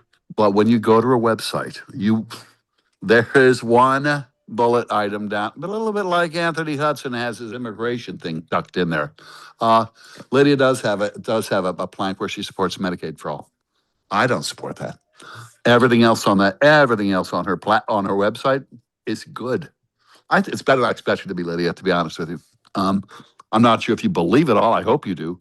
But from the standpoint of the presentation you're making for other libertarians, you're a left libertarian. You're probably more progressive than most of us really would prefer. But I would prefer you to the other two, even though I didn't vote for you. I'll vote for you on this. I'll vote for you when your name's on the ballot. I'll sure as hell pull the libertarian ticket. So Jay, just for the record, my comments weren't really directed at Lydia Christensen. I didn't realize that I didn't think they were either. Yeah. No, I didn't realize that she was the one that unmuted. It was actually directed towards Christian Robinson of Montana, who has directly stated that they are a member of the DSA and a libertarian socialist. And Yeah. there has been legitimate arguments where personal viewpoints were expressed, and of those personal viewpoints was an unbelief in personal and private property. And so I see Christian has his hand up now if he wants to respond, but I think we're going in order. So I don't Well, know and what let me, wants to do. yeah, I mean, let me finish what I was saying because you did interrupt, and that's good. Oh, But sorry. no, it's all right because I did not think you were talking about Lydia. It's just because I just didn't think you were. I didn't know who you were talking about. And I understand some people's concerns. So if you are concerned, go to her website. Okay, look at her website, and then decide from there. In the meantime, so, and I'll thank you. Okay. Christian hasn't spoken, so Christian and then George and then myself. No. No, I was just gonna say, when what Jay said about Lydia's Medicaid for all message, and I mean it didn't seem too like anti libertarian or anything to me, because all it is just to summarize it, kind of makes it into like an, if I understood it correctly, like an opt-in system instead of being forced onto people while hijacking popular Medicaid for all messaging. And then in response to Nathan, a lot of times I'll go to talk about certain you know philosophical standpoints, but if I'm too many times libertarians will kind of misconstrue what people are like saying. If I'm starting a conversation on the basis of a state or within a stateless society, and not like trying to limit the government as within the system as it is right now, then obviously people are going to have different viewpoints of how anarchy would work. But I did shift my position to firmly believe that anarchy is impossible. Minarchist state, I'm okay with. But yeah, just to clear that up, Nathan, because I did try to use the libertarian socialist title before, and I did participate within the DSA to kind of understand the left anarchist views, but I did realize that it seems like both the extreme right and the extreme left of anarchism are kind of batshit. So kind of trying to steer away, because both the left anarchist in the DSA group, for instance, look at capitalism as only existing under the state. The people on the right anarchism, like the ANCAPs, only look at socialism as only existing under the state. Both only being able to exist with state enforcement. So I mean, there's just a lot of it seems like they're both against the same exact thing, but the other side of the coin of it. But yeah, but anyways. Okay, George. Let us look back a century. In addition to the libertarian movement, which didn't mostly use that name a century ago, there was also a libertarian movement, which also didn't use that name for the most part in Britain. The two groups disagreed on one fundamental issue. They agreed that the question is, what is the primary threat to human liberty? American libertarians tended to say that the main threat to human liberty was the government of all levels, and therefore things that chopped down the strength of government defended human liberty. The British libertarians, who might on occasion say they were libertarian socialists, would say that the primary threat to human liberty was the concentration of great wealth in the hands of a very small number of people. The name Elon Musk might come immediately to mind. The barons of the various internet services might come to mind. But the English libertarians would say the great threat to human liberty was a huge concentration of wealth in a small number of people, and therefore very high taxes to make that problem go away was how you defended liberty. Needless to say, this point of view would not be well received in the United States by many libertarians, but I think it is worthwhile to note the history. To that, I would add, I am an anti-anarchist.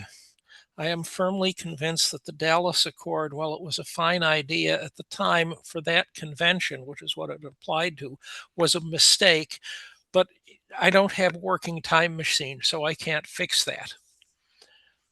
And thank you for your hard work in keeping this in order, Karen Ann. You're welcome. Okay, so a couple comments. From what I understand at the Michigan convention, and I don't know any of the candidates, so I'm not going to speak on their positions or anything like that. And anyone could correct me if I'm wrong, is that there was a push to either to NOTA or support someone that would drop out in favor of Republicans. That is absolutely and utterly unacceptable. So I'm just going to leave it at that. I'm going to just historically disagree with George on one point. I've done whole presentations on this, did a whole paper on it, traveled the country doing presentations on this.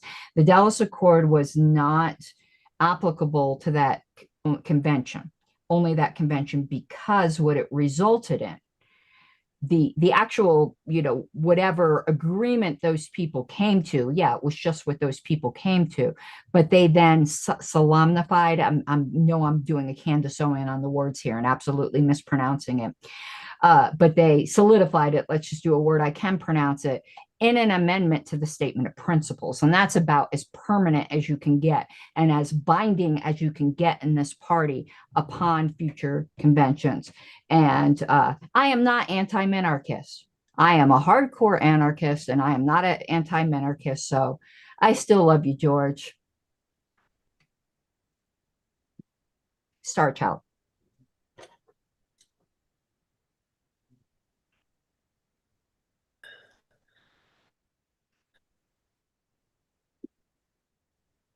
Somehow I got muted again. Um, yeah, I largely, as I understand it, was on whether the best ultimate solution for defending freedom is a very limited government or no government at all.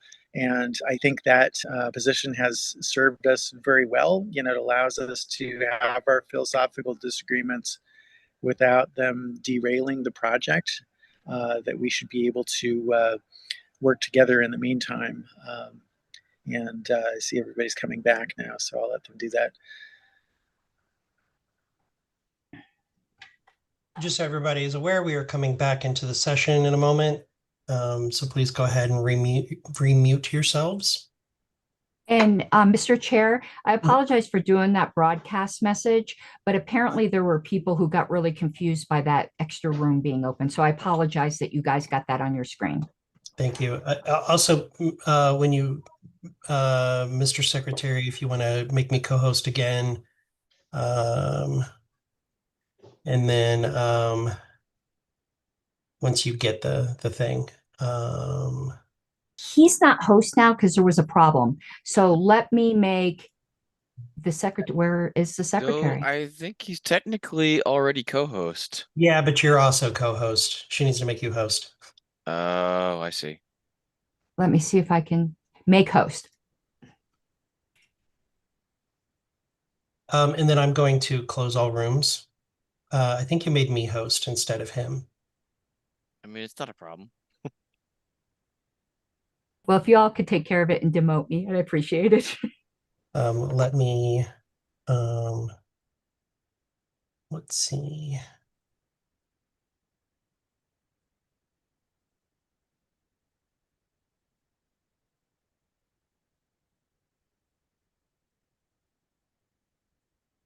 There we go. You'll need to make me co-host again. We're still technically between meetings, right? For like 10 more seconds. I have All a right. question then. Heck yeah. Madam Griffin, Madam Vice Chair. Since I we're hope when you come back that everybody will say what can be disclosed from the secret meeting. that was going to be my question is there a way to give a very general update of what was discussed, since usually that has been the norm, that we just say, here's what we talked about, that can be revealed, or is it your opinion that there's nothing there? It's my opinion that I can say we discussed the New Mexico litigation. We discussed litigation against McCardle. We discussed issues with the FEC, and we discussed board member behavior. There you go. Any sunset clause on the secrecy for these 3 items? Nope. And you can go ahead and mute yourself, Star Child. I would encourage there to be a sunset clause. Thank you. Mr. Secretary, is everybody back? Well, it looks like all the rooms have been closed, so while they may not be back, they're definitely not in the rooms. Okay, I think, let me look here. They probably hit the wrong button.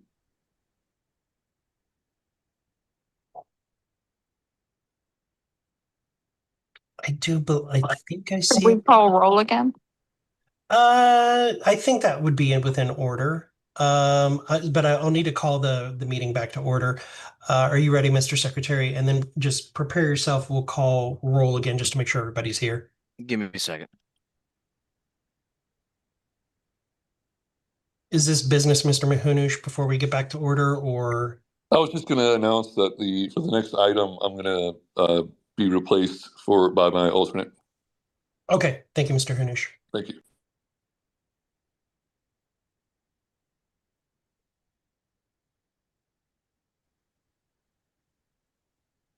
All right, I'm ready to go. Okay, it is 8:54, and we are now back to the regular session from executive session at 8:54 p.m. Eastern. Go ahead, Mr. Secretary, if you can call the roll to confirm who's in the room. Mr. Koffel. Present. Mr. Hirsch. Mr. Hirsch. All right. He's in the room, but he's muted. Oh.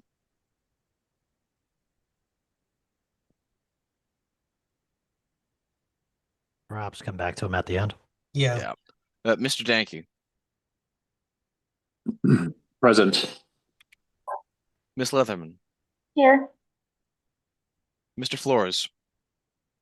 Here. Mr. Phillips. Here. Vice Chair Griffiths. Present. Mr. Hanush. Present. Mr. Requero. I'm still here. Ms. Hayes. Still here. Ms. Wigington. Present. Ms. Hogarth.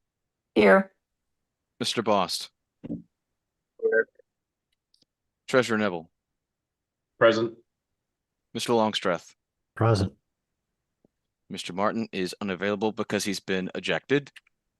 Ms. Fintish. I'm sorry, I didn't catch that. I didn't either. She's here. Ms. Fintish, we can't hear you. I'm sorry, I was muted. I am here. Okay, there we go. Thank you. I am here, Mr. Nikela. I am present. Ms. Nguyen. Here. Mr. Redpath. I'm hanging on. As we all are. Ms. Robson.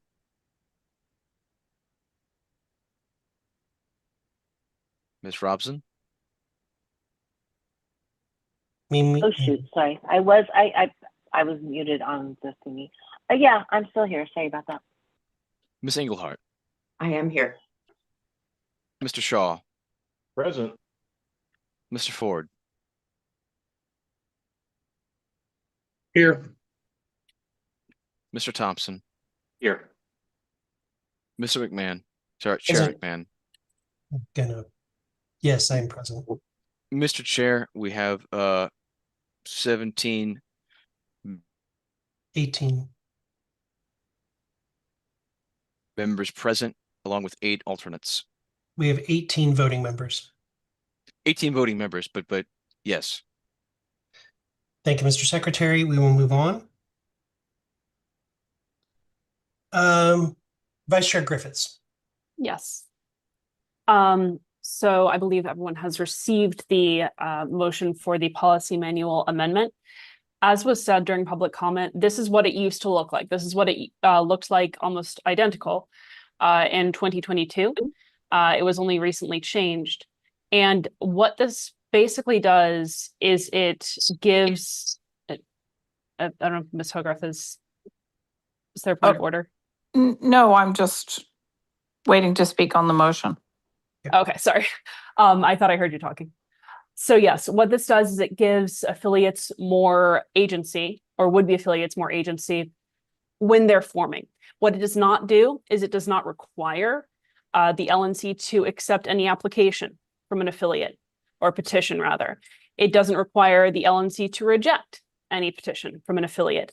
So if the LNC believes that a petitioning affiliate does not meet the requirements, does not serve the principles of the LP, or that its convention was held in bad faith, that it was constituted in bad faith, that can still be rejected. But what this does is it makes things a little bit more flexible and gives more power to affiliates when it comes time to form, when it comes time to petition, and it keeps things consistent with the bylaws. So I'm sorry, I apologize. I should have cut you off. You spoke to your motion. You're moving the motion. Darn it, yes. To adopt the policy manual amendment. Is there a second? Yes. Seconded. It's been moved and seconded. I'm going to consider that you already spoke to Yes. your Madam Vice Chair. Thank you, Mr. On deck, I have Ms. Hogarth, Mr. Shaw, and Ms. Fintesh, and then Mr. Longstreth. Ms. Hogarth. First, unless it's changed from how I saw it presented, there's a sentence, the last sentence doesn't, or next to last doesn't, it seems to refer back to something in the part they crossed out. But bigger than that, I think changing the process for affiliate formation while we're in the middle of disaffiliating a group and then looking for new affiliates is super bad optics and not very consonant with it just looks like stuff's being manipulated for a particular goal. I don't know if that's the case. I assume that everyone thinks, or the people proposing this think that it's the best solution. I don't see the extra burden. I do think that national members should be required to be invited. So, I'm going to vote against any change to the policy manual at this time. I will say, Ms. Hogarth, that the last two lines that are not struck are not part of the original language from 22. But other than that, the first line is, but yes, the last two lines that were not struck were also additional lines that were added in and around 2022. Mr. Shaw, then Ms. Fintish, then Mr. Longstreth, then Ms. Nguyen. Mr. Shaw. All right, you can hear me, right? Yes. So I would like to make a motion to amend. I would like to amend this to unstrike the section that says the LNC shall only consider a petition for affiliation if, and the entirety of number 2. So I would like to motion to amend by removing the strikes from those. I'll second that. It was moved by Mr. Shaw, seconded by Ms. Fintish. Any discussion on the amendment? Yeah, I can speak to the reasoning if you'd like. Sure. Go ahead, Mr. Shaw. Yeah, I mean, for something like this, if a new affiliate's going to be created, it seems reasonable that there should be some kind of notice to the members that are present in that area. It's just common sense.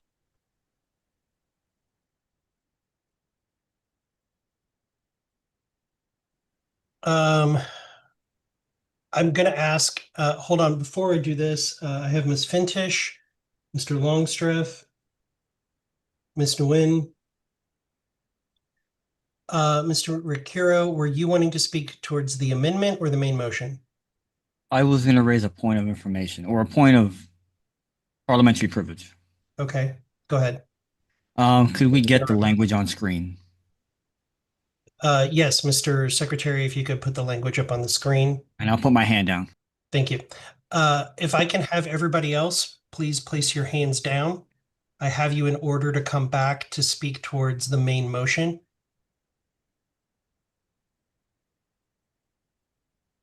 Ms. Nguyen, if you could put your hand down.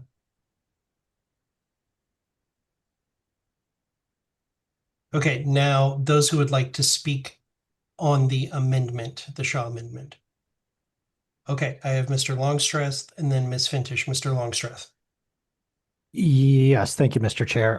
When it comes to the proposed amendment, I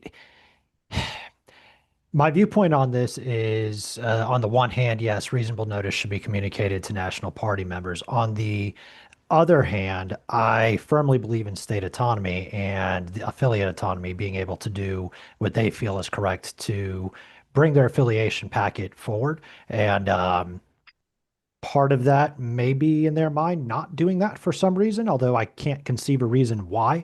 And that would fall to this board then to decide if the petition was done in good faith, if it met the requirements that we expected or wanted to see observed, or what have you. And when I say we, I mean the LNC as a whole, whether that's this term, next term, 20 years down the road, if we become an imperial nation, who knows how many states wind up trying to affiliate down the road. So I think that, in my opinion, it is best to leave this to the LNC at the time, given the circumstances that they observe and the things that are going on at that time when an affiliate or when a potential affiliate petitions. So for that reason, I'm not going to vote in favor of this amendment, although I won't be terribly upset if it passes either.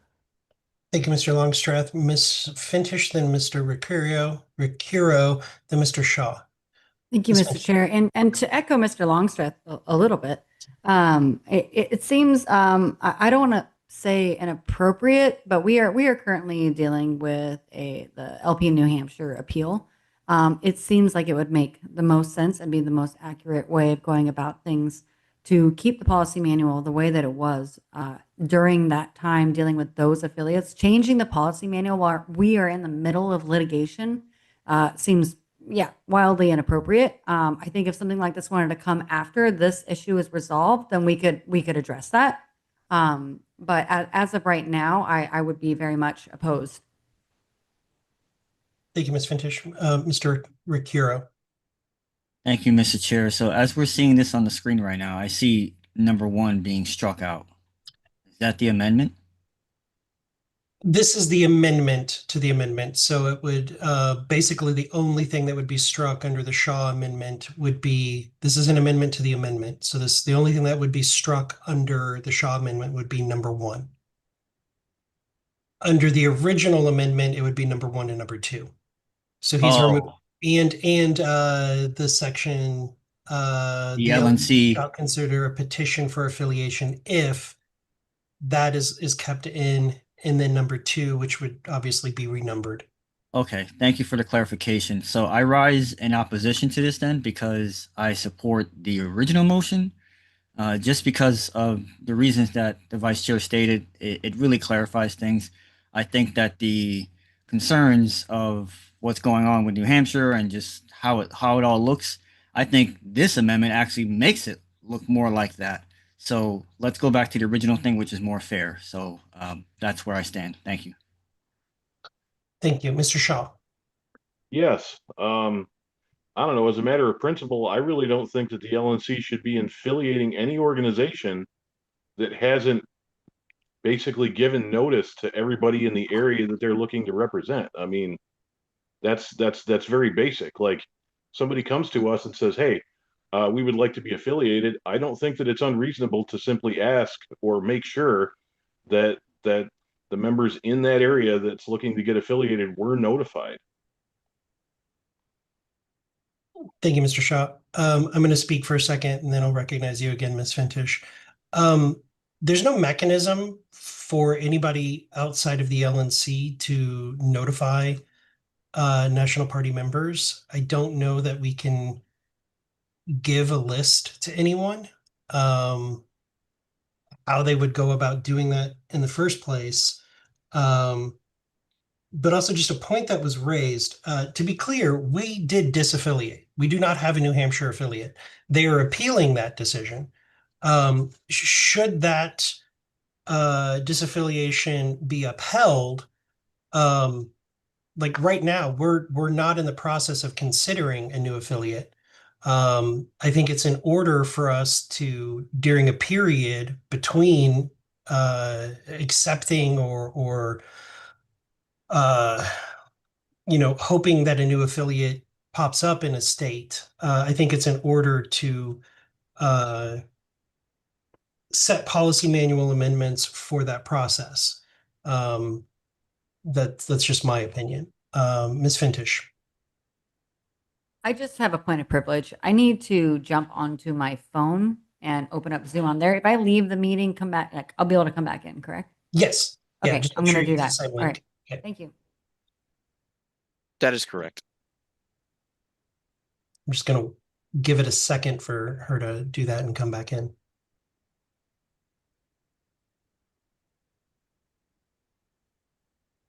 Is there any other discussion on this amendment? Point of order. Mr. Secretary? Until Ms. Fintish is back, I don't think that's appropriate. She already spoke. She actually, so if there's any other discussion, I'm fine with that moving forward. We're not going to proceed to the vote until she's back. Mr. Boss. Understood. I did want to reiterate, if I may, that we did note that the last unstricken portion with, as Ms. Hogarth mentioned, I want to make sure that we take that issue up before we close all the amendments. Okay. I'm not sure what you're asking, Mr. Bost. I think I'm asking it at the wrong time. We're still on the amendment to the amendment? Correct. Okay, then this is not technically pertinent right now. Okay, thank you, Mr. Bost. Mr. Shaw. Yeah, Mr. Chair, I would just like to ask that the vote on this amendment be by roll call. It will be. That's why he's got it on the screen. I'm assuming that's why he has it on the screen. I don't know why there'd be any other reason. Okay. Hearing no additional discussion, I'm going to lower your hand, Mr. Shaw. We'll move to a vote. This is on the amendment to the amendment, so it would unstrike the LNC shall only consider a petition for affiliation if, and it unstrikes clause 2 from being stricken from the original amendment. Is everybody clear? Okay, go ahead and call the roll, Mr. Chair or Mr. Secretary. I just tried to promote you. Mr. Koffel. I will vote no.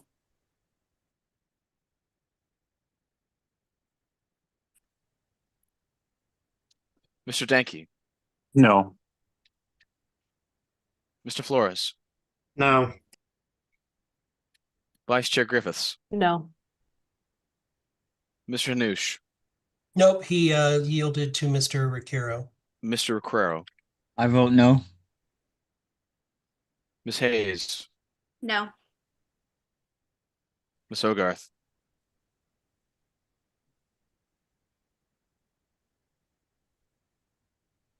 No, sorry. Treasurer Nebel. Nay. Mr. Longstreth. Nay. Sorry, nay. Ms. Fintish. No. I also will vote no. Mr. Nikela. I abstain. Ms. Nguyen. No. Mr. Redpath. No. Ms. Robson. No. She said Mr. no. Shaw. Okay, gotcha. Yes. Mr. Thompson. No. Mr. Chair, the vote is 1 in favor, 15 opposed, 1 abstention. I abstain as well. So the So final moved. vote is 1 in favor, 15 against, and 2 abstentions. The amendment to the amendment fails. We go back to discussion on the main motion. And on deck in order, I had Ms. Fintish, Mr. Longstreth, and then Ms. Nguyen. So Ms. Fintish. I will Mr. give up my I'm sorry, hand. Mr. Chair. I think we're out of time on this We item. I was going to, at my turn, move to extend time. How long? Make your motion to extend time. Motion to extend time by 10 minutes. Okay. Second. Is there any objection to I extend will object time to by 10 10 minutes. Object. I object. Okay, all those in favor of extending by 10 minutes, say aye. Aye. Aye. Or raise your hands, I guess, hands raised.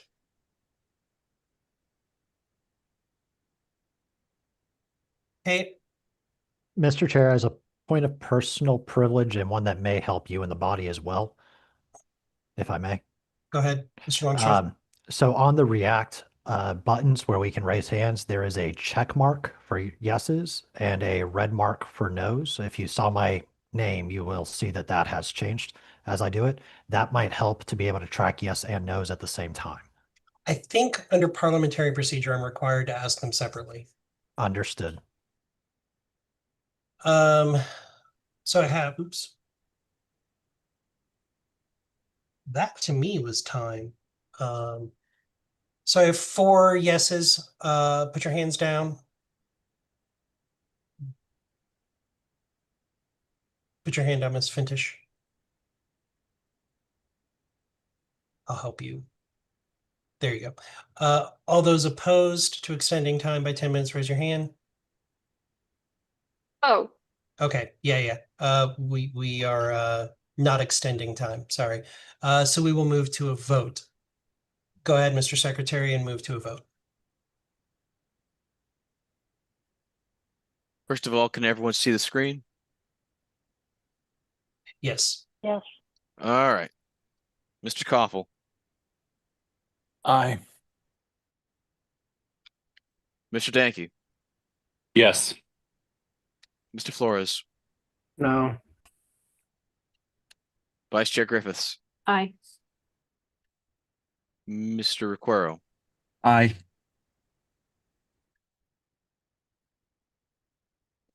Ms. Hayes, Yes.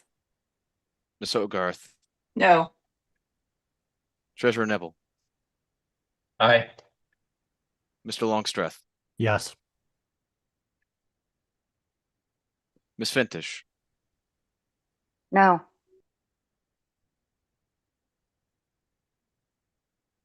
I will pass. Mr. Nikela, I will pass. Ms. Nguyen, Yes. Mr. Redpath, Yes. Ms. Robson, Yes. Mr. Shaw, No. Mr. Thompson, Yes.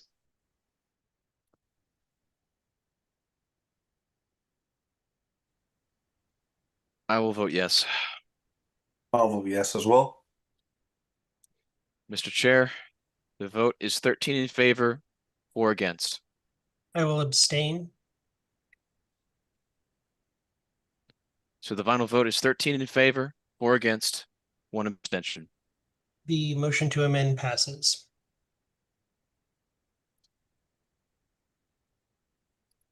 Mr. Hanush.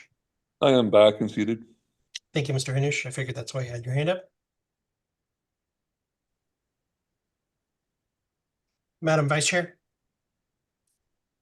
I'm sorry. Did I have another? Oh, no. So in the interest of moving things along, I'll move the next item on the agenda and move to executive session as well. Is there a second? Second. Second. Okay. Any objection to moving into executive session for discussion on this item? Okay, hearing none, we will move into executive session at 9:17.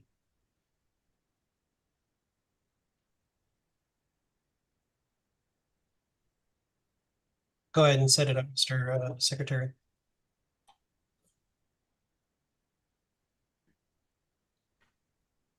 So we Please are note- officially between meetings. Yeah.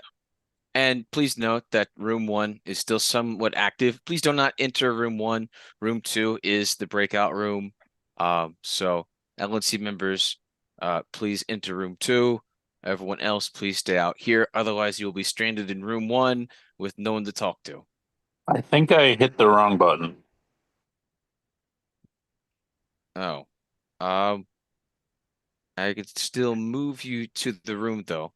Nope, you're good. Hey, you made it. That's good. Are Okay. you making me co-host, Mr. Secretary? Oh, thank you for reminding me. I can't move to the room. There it is. Okay. Yeah, it's been a got it. little janky tonight. There we go. That should do it. Yep, thank you. Alrighty.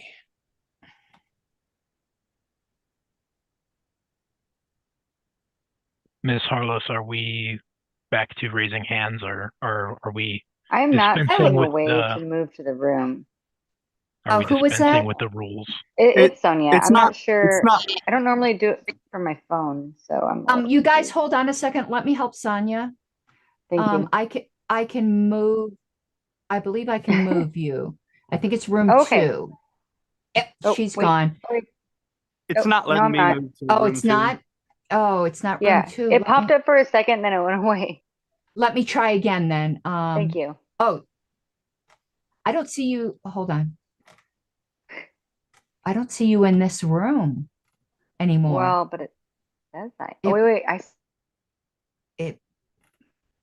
It's so weird. It's like the computer. It says Sonia Fangic in the executive set. There, she left. Okay. Pat Ford needs to be moved. I need to be Sign moved. to. To. Thank you. Who else needed it? I need to be moved to the break or wherever is not the executive. Oh no, you're in the right room, Christian. Oh, or I am. whoever Okay. that was. Yeah, it was just the LNC members that get moved. Okay, cool. So Karen, are we back to hands, or are we resetting the rules and assuming civility? It wasn't even lack of civility before, it was eagerness. I presume everyone could just talk and not talk over each other. And I'm going to be gone for a couple minutes because I need to use the bathroom. I do hope when I come back, all hell hasn't broken loose. Wait, did the secretary get moved over? I have not Yes. been. Oh, let me Mr. Secretary, we don't want you here. Go away. I don't see. I appreciate your vote of support. I want you here. I know nobody else does. Is but it I the same do. problem as before? It's the same problem. It is. Not the hosting again? All right, cool. To be fair, Mr. Secretary, I did vote for you, so I want you there, not here. I appreciate that. So I guess I'm gonna have to try restarting the Zoom. Oh well. Glad you're not the only host now. I'll be back in a moment. Okay, and I'll wait to get you in that room. All right, thank you. I appreciate that.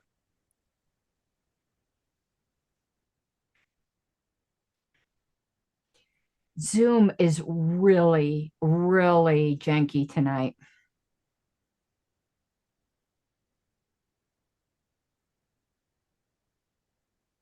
So you're saying it's not zooming? It's not zooming. Okay.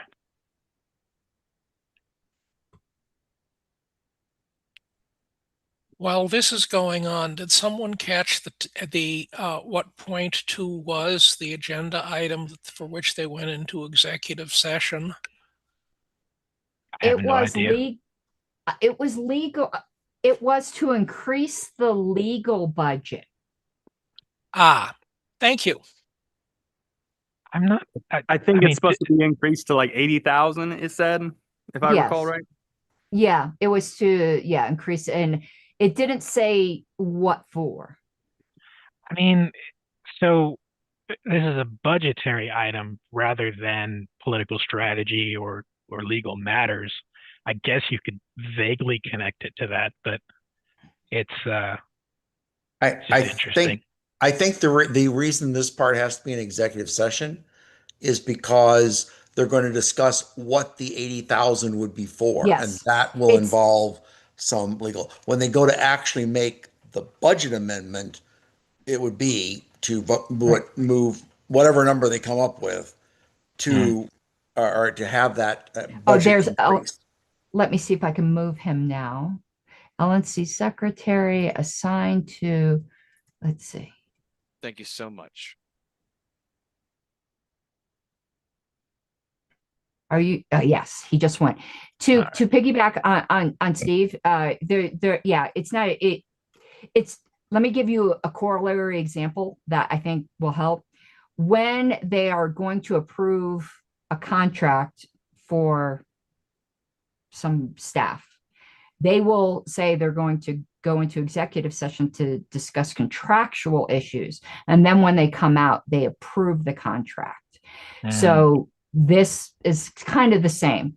They have legal issues, whatever they might be, that require additional funding. They're going to talk about what they are and perhaps how they're allocated. I am guessing. I don't have any secret information here. And then when they come out, they're going to approve the budget. And I hope, though, that anything that can be discussed publicly is. I am really disappointed in the last executive session because I find it very difficult to believe that more couldn't be said publicly. I find it very difficult.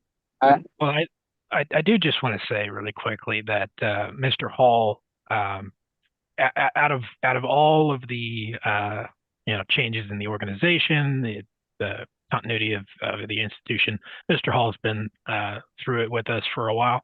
And I just want to say I appreciate him and his patience. I will say, obviously, I understand why they went into executive session, but I think we all know what they're planning on increasing that budget for. Oh, it's to sue Arizona. Yeah, obviously, it's to sue Arizona. It's to make it, it's Paisley, man. We need to get rid of that frickin' Paisley. What did Paisley ever do to hurt you, Karen Ann?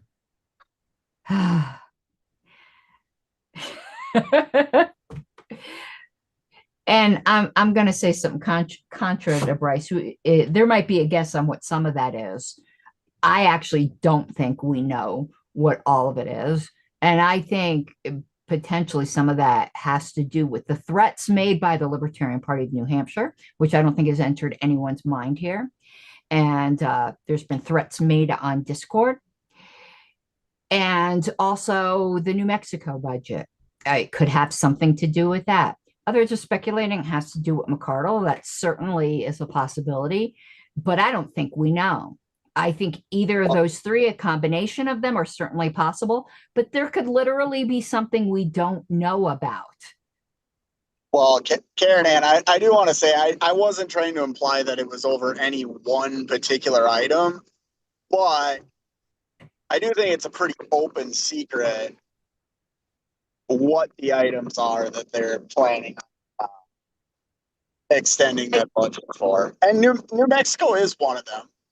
And I think New Hampshire is one of them. And New again, Hampshire probably is one of them because New Hampshire is likely, I don't want to say they're going to, but I would expect that they plan to file suit if they lose the appeal. I would say McCardle is definitely it. I think it's those three items in perpetuity. Yeah. I am curious. Historically, has the LNC supported any state with ballot access litigation? Yes, multiple times. Yes. And they're doing it right now with the recognized affiliate in New Mexico.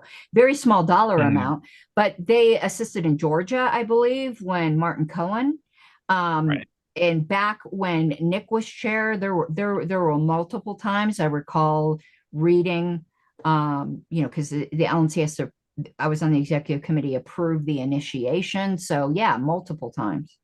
Okay. Yeah. But see, the time period that comes to mind is when Sarwark was chair and Arizona was going through its hellscape and the lack thereof of support as he lived here and was experiencing it firsthand. That was fun. That will always rub me the wrong way with Sarwark. In 2008, I was the dummy candidate in Massachusetts because the Secretary of the Commonwealth had asserted in writing that we could do substitution. When it came time to ask for the substitution, he said, "Oh, no, we didn't mean that." And so we sued. And at some point, the National Party covered matters for a piece, but most of the matter was done either by the ACLU or pro bono by a major law firm. The total cost of that litigation would reasonably be approximately $250,000 because we got to the Supreme Court. And the important result was that Barr and Root were on the Massachusetts ballot. I'd like to, I'm sorry, continue, George. I don't want to interrupt you. No, I'm sorry. I'm somewhat slow-spoken.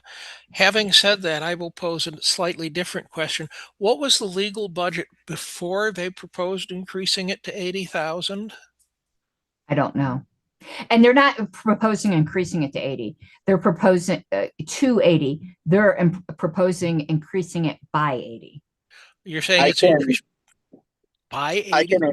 Yeah, I can answer George's question though. Because the last time it got amended happened when I was on the LNC. It's $50K. Oh, thank you, Bryce. So it was 50 and now it will be 130? Yes. Thank you. If it passes. Well, there's always I'm sure it will, but if I can jump in here a second. So I've got something to say about if New Hampshire loses its appeal and they decide to sue, I think that will be one of the most stupidest decisions they ever made. And I'll say why, and I can do that because I'm not in the LNC. The most it's going to cost the LNC is $20,000 because their insurance carrier will cover it under E&O coverage. And insurance carriers, when they have to pay for attorneys, there's not going to be any softness or kindness or squeamishness if there is any conceivable route for them to recoup their attorney's fees. And I don't know the fee shifting burdens in whatever jurisdiction it might come in, but I hope there is a lot and they get it right up the wazoo.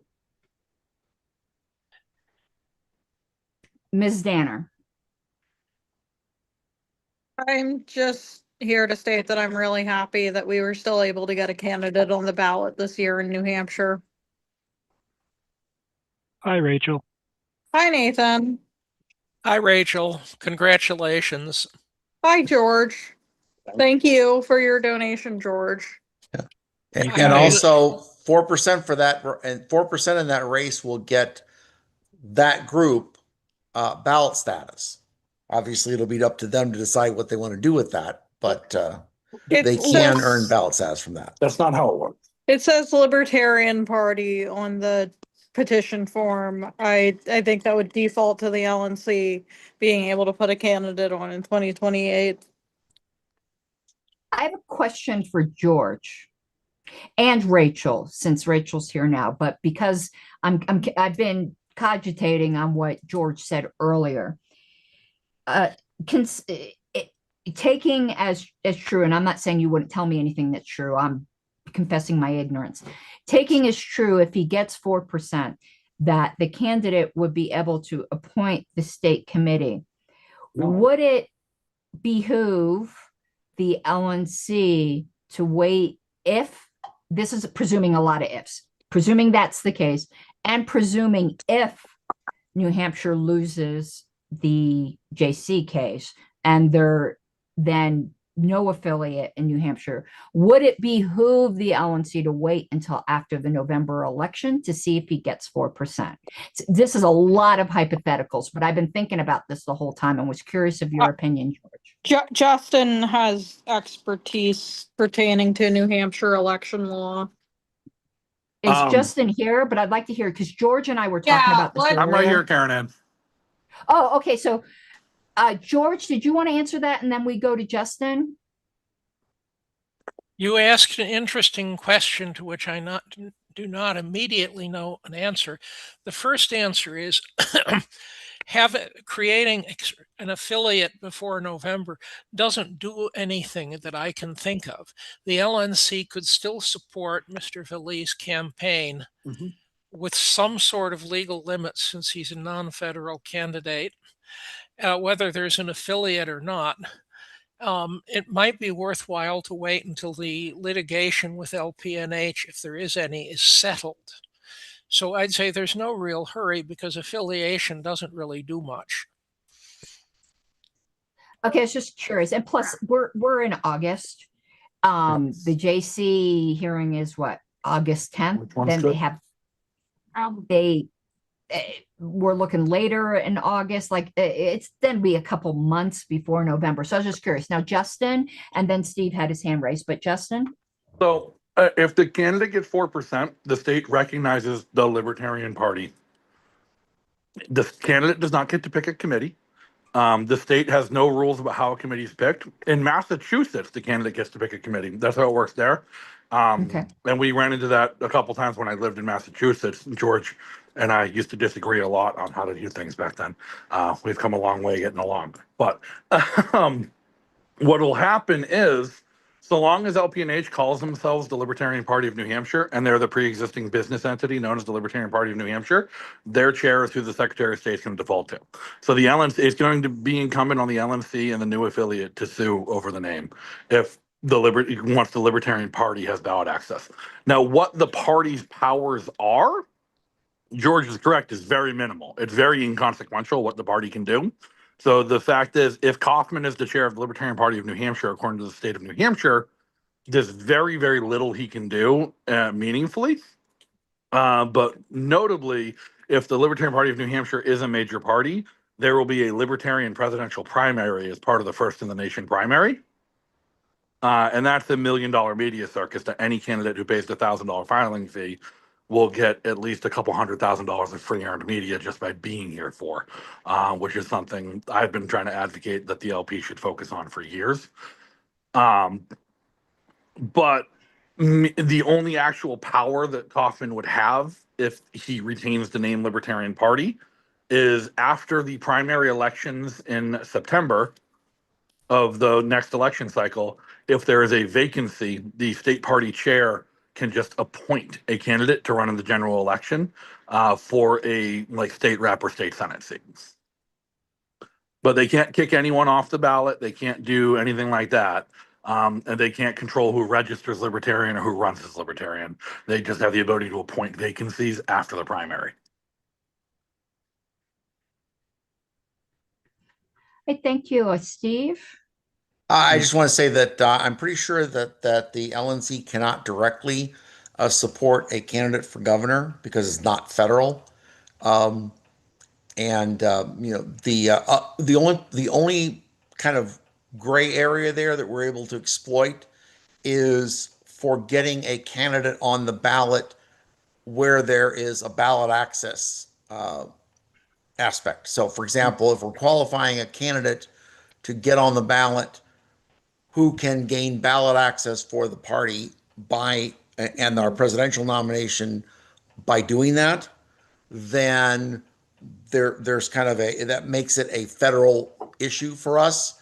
But if it's straightforward supporting the candidate to get the votes, I'm pretty sure we're not allowed to do that directly. What we can do is publicize that the candidate's running and encourage people to visit their website, at which point they can make the case for the fundraising. And thank you, Steve. I feel weird like putting you in line since you're executive director, but I'm the hall monitor here. Hey, in the... that and that and what $4 gets me a cup of coffee at Starbucks. Yeah. Nathan. Yeah, I just since they came back in the middle of the discussion earlier, I want to kind of close that out, do the tail end of that. We were talking about the anarchist-minarchist divide and the Dallas Accord, not Accords, Accord, and its impact on the health and well-being of the party over the years. And I would just like to say, as somebody who is a reluctant minarchist. My North Star is anarchism. I find the divide to be very inconsequential to the modern political environment. I think that, you know, anarchic Puritanism, how do I say this? Puritanism. Let's go with that. It does. I mean, it's a North Star thing. I look at it like we're all on the same train. We just get off at different stops. And so I think that minarchists are useful coalition partners. They are libertarian for the most part, except where they are authoritarian. And I think that there's a degree of, it's not a gulf, it's not a canyon in between us. It's just, we believe that the state should shrink to different levels. I think it's 0, and other people think it's 1 or 2. It's whatever. What I think the real issue is people co-opting the libertarian brand and then advocating for expansion of the state in any way, right? Because even the most liberal minarchist doesn't believe that anything that the state is currently doing needs to be done more. And so I think that we really do need to come together and work towards reduction, if not abolishment. Can't win this alone. Thank you, Nathan. Rachel? My only response to that as a dedicated anarchist is that I have noticed there's a certain strain within groups of people who consider themselves libertarian that expand the minarchist position into well, they say the state should protect life and life, liberty, property. They well, no, not just the immigration stuff. But I've seen people adopt a very brutalistic view towards policing. I mean, Kaufman, for example, but this isn't uncommon. You had Lou Rockwell's '90s Unleash the Police articles. So that's my only critique of minarchist is that if they don't dedicate themselves to non-state solutions before state solutions, that they end up being very brutalistic in their enforcement of the NAP.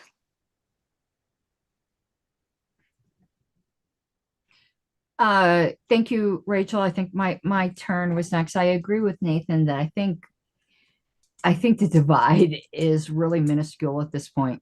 I actually think it has been since the 70s. I don't ever think it's been the issue that we like to make it to be because we are so far apart. I'm going to say 2 things I don't like. First, I'll criticize my own tribe. I don't like when anarchists want to purge minarchists, and now I'll criticize the other. I don't like the other either. I have always been that way, and I believe that I'll always remain that way. It's been a super long time, but I'm going to push back a tiny bit on Rachel. I do completely agree with you that it's sometimes life, liberty, property, and culture, or whatever it might be, and whiteness when it comes to some of the other things. But I think anarchists also have a problem with brutalism, not in using the state, just in having freaking no empathy. And I've done presentations on this at convention. The first time I did it was in the Libertarian Party of Kansas, where really took the side, though Jeffrey Tucker has kind of deviated from this and become a little bit brutalist himself. But I think that article he did against libertarian brutalism is excellent because I do think both pathways are libertarian, but the one is dystopian. Libertarian dystopia is possible, and anarchists sometimes just do not see this and just advocate for like the worst possible impulses. And I do firmly believe, and anyone can be mad at me if they want, that the Libertarian Party as a political movement has to be a little bit thick because the absolute survival of the fittest argument is not going to appeal to enough people to ever get anywhere. And that's where I talk about that whole thing about The question on who will build the roads is not about roads. What people are ultimately asking, who is going to make sure that the weakless and most helpless among us aren't going to die in the streets? And if we can't answer that with other than, well, it sucks to be you, which is what ultimately a lot of anarchists do, we're not going to get anywhere, and we're shitty people. Sorry. Something I'm passionate about. agree with all of those critiques of certain types of anarchists. Appreciate it, Rachel. And I knew you would, but you know the types I'm talking about. George, and then Steve, and then Rachel again. I will pose a specific question to Rachel, and I believe Justin was here someplace. And my question is, has anyone in the Valley group discussed with the Secretary of State of New Hampshire what his opinion on the topic is? We've had competing slates before. We had in 2016 candidates not supported by LPNH got the 4%, and LPNH became the major party. It's a non-issue in reality because voter registration, unlike Massachusetts, where the state party controls a lot of things about the nomination process. The state party in New Hampshire doesn't actually control much at all about nomination at all. Like they cannot put anyone on the ballot, like I said, except in the circumstances of a vacancy after a primary. So it's likely going to default that the Libertarian Party, he'll recognize the existing Libertarian Party, whatever that is, and he'll refuse to make a ruling on it like he's done in the past until two organizations claiming to be the Libertarian Party both submit a candidate for nomination. In which case, if two organizations submit a candidate for nomination as the Libertarian for president in 2028, then he's going to default to which one has the certificate of nomination from the National Party. He called me. Actually, with Steve, I got reached out to by somebody who had been reached out to by the Secretary of State's office. And then I was able to coordinate with the Secretary of State's office to get the certificates of nomination after some balls were dropped at the national level and the state level. And the state party and the national party both refused to answer the Secretary of State's emails. And I was able to get assistance from some LNC members who I won't throw under the bus for helping me.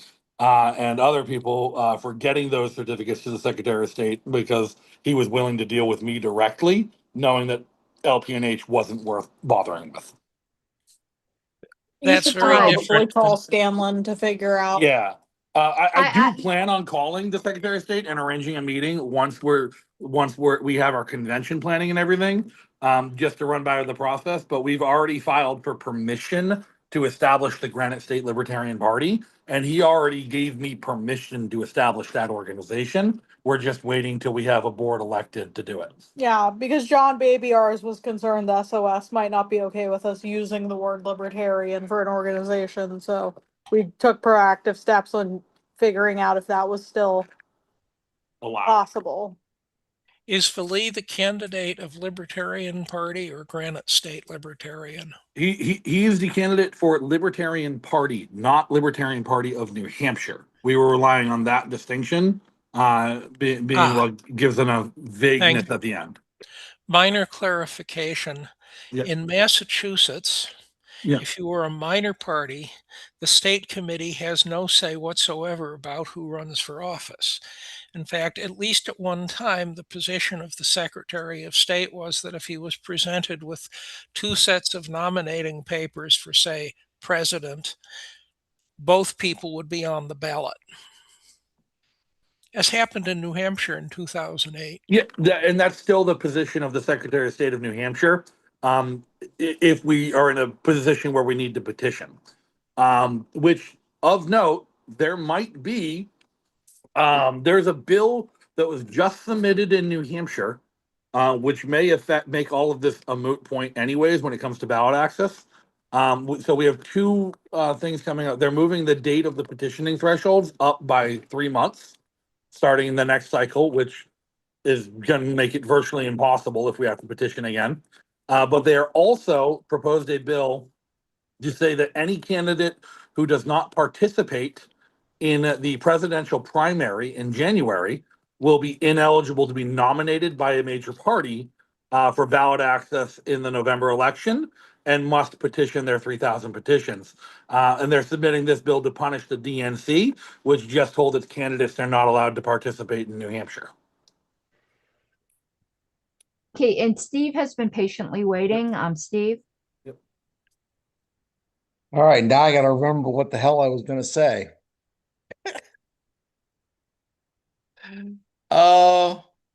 I've actually Getting forgotten. old sucks, doesn't it? Yeah.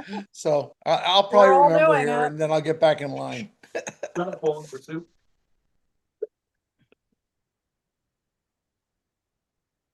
What time did they go into executive session? Wasn't it 7:19? No, it was sometime after 9. But different Well, time I meant zones. Colorado time. I believe it was 9:17 their time. Eastern. Right, so that'd be 7:17 my time. It was supposed to be 30 minutes, so they're over. Well, for the record, you're on the wrong mountain time. No, we are correct, and hopefully we will all be on daylight savings time soon. No. Arizona's been correct this whole time. We don't need the feds to change us. Oh, Yeah, or we can Arizona just The correct time is Greenwich Mean Time or Universal Time. UTC is correct. There's no reason to have time zones. In a rare occurrence, I'm with Kyle on this one. Heretic. Welcome to being correct, David. It's nice, isn't it? We could also emulate the Saudis where legal time is local solar time. So if you were a distance east and west, like a mile or two, your time is different. No, Your thank legal you. time. Frankly, I just think that the prime meridian being set by the British, they're not the world power anymore. They shouldn't be able to dictate what we do. I don't care if Arizona stays on its own. I can tell you my actual preference is we just leave things the fuck alone. Everybody's a little bit. Let's leave Arizona out of this discussion. Not you personally, Nathan. Just everywhere else. Everyone's a little bit unhappy, and that's better right now. If they switch to permanent standard or permanent daylight,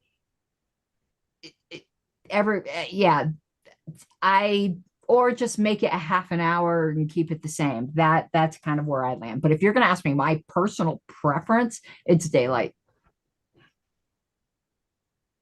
Rachel, I was out of the meeting for a bit. I missed the first part of the conversation. Are you running for an office in New Hampshire? No, And Rachel has her I'm the hand up, so- campaign. I'm the campaign manager for a governor candidate. Who's that? Stephen Valet. Is he the other one who was talking on your line a minute ago? No, that was Justin O'Donnell. Oh, okay. And so you guys have an application in with the LNC to form No. a new affiliate? No, we don't. We were discussing that we were seeking permission from the Secretary of State to use the term libertarian because we were either going to form a PAC to support running candidates, if there wasn't a viable way to form a new party. There's some talk in the LNC meeting, like some people didn't want to notify everybody that there was an attempt to form a new affiliate. I can say that in New Hampshire in particular, we have problems with people who are like explicitly Republicans coming to our convention.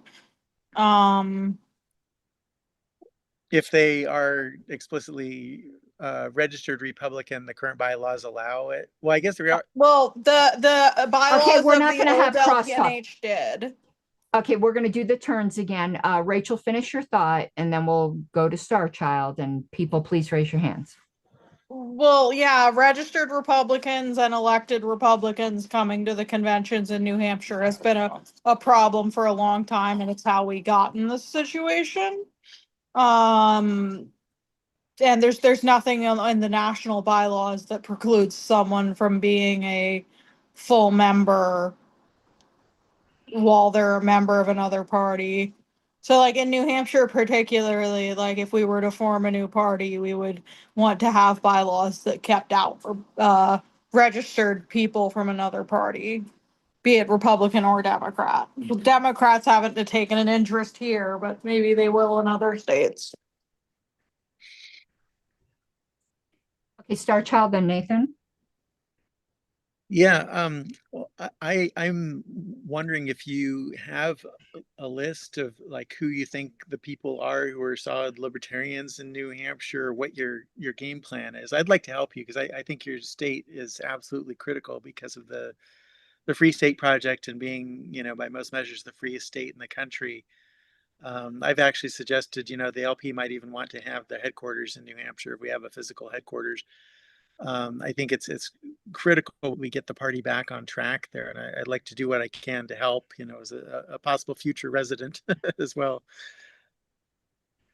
Well, I hope you end up moving. Well, right now I'd like to just help what I can do from afar, but it's hard to get a handle on what's going on there. Can you send me your number so I can maybe call you after, or you call me and we can have a conversation and I can learn more about the lay of the land? Yeah, I can do that. I'm in contact. I'll give you my number now. I don't mind sharing it publicly if you don't mind calling me. Okay. 415-573-7997.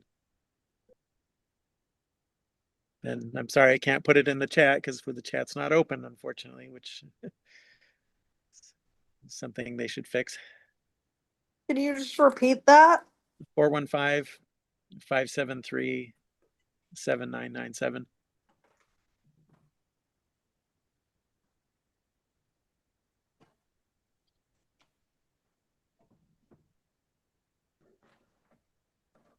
Okay, thank you. I'm in contact with like every previous state chair that I could track down or candidate. So Okay.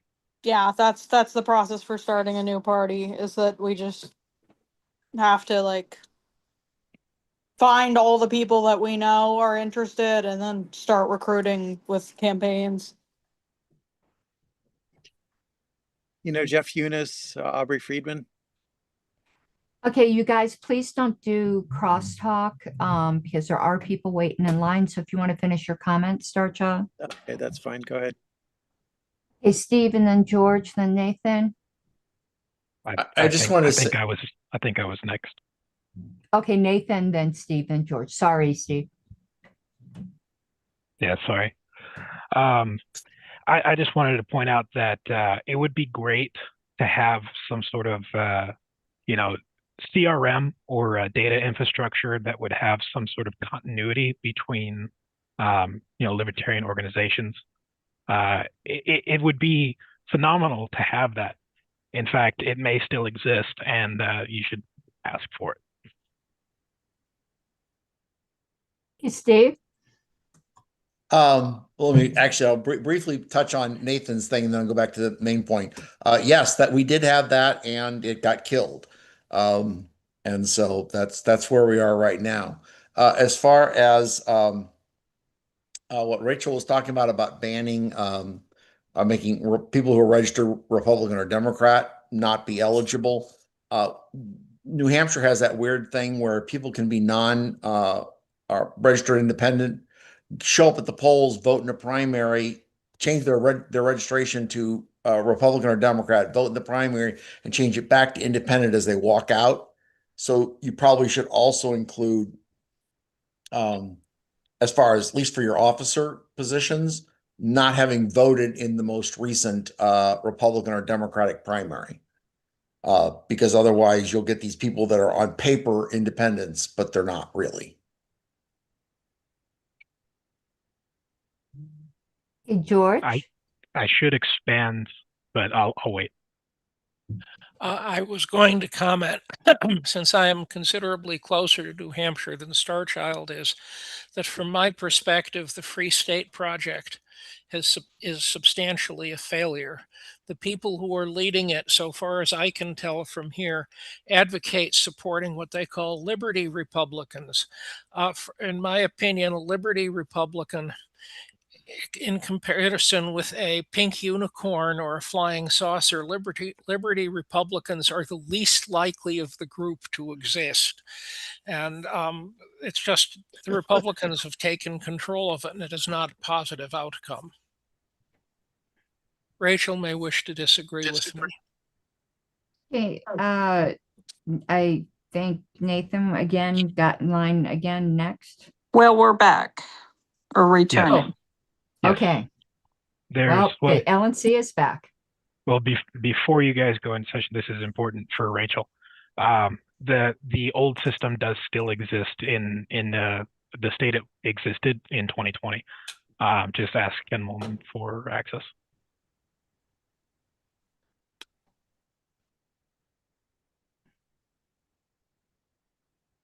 Let me know when you're ready, Mr. Secretary. It appears we still have some people in the breakout room. I'm seeing Mr. Ford. Okay, boss just left, and Mr. Danke. Or we can close all rooms. Oh, derp. Thank you, Mr. Chair.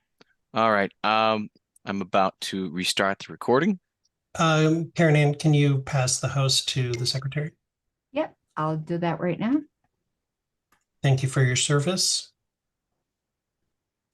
I'm trying to find, oh, I see it here. Okay.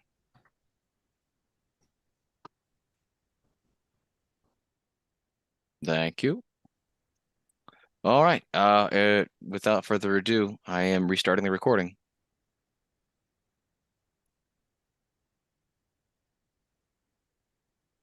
Welcome back. It is 9:59 p.m. Eastern, and we have risen from executive session. The motion has been moved and seconded for the budget item.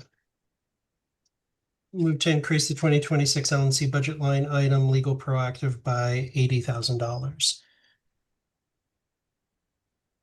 Is there any discussion? Mr. Thompson? Has it been seconded? Yes, it was moved and seconded before. Oh, I'm sorry. I have a motion to amend. Okay. Which I have emailed to the secretary. Okay. It is to move to amend such that 40,000 is authorized for existing legal bills in New Mexico and to fund mediation, and to earmark 40,000 for potential legal action against former chair Angela McCardle. Second. Okay, it's been moved and seconded. Limited discussion. Mr. Longstreth. Just as a point of personal privilege, could we get that displayed on the screen by the secretary when he has the opportunity? Yes. Mr. Chair, I believe we are technically out of time on this matter. I move to extend by 10 minutes. I don't think we'll need, okay. Is there any is it seconded? Second. Any objection to extending by 10 minutes on this item? Hearing no objection, time is extended by 10 minutes.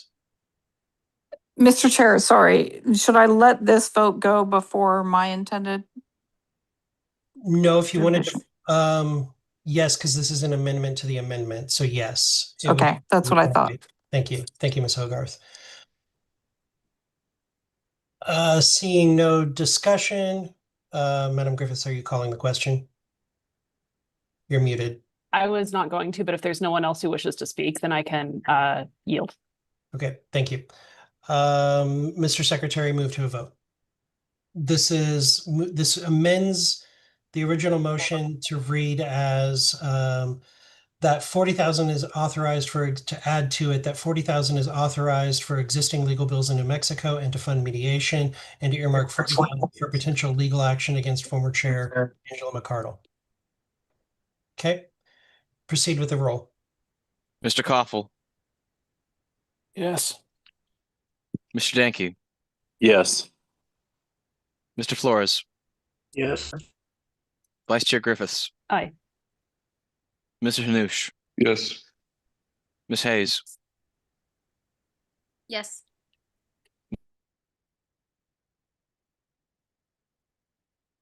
Ms. Hogarth, Yes. Treasurer Nebel, Nay. Mr. Longstreth, Yes. Ms. Fintish, Pass. I will vote aye. Mr. Nikela, I vote aye. Ms. Nguyen, Yes. Mr. Redpath, No. Ms. Robson,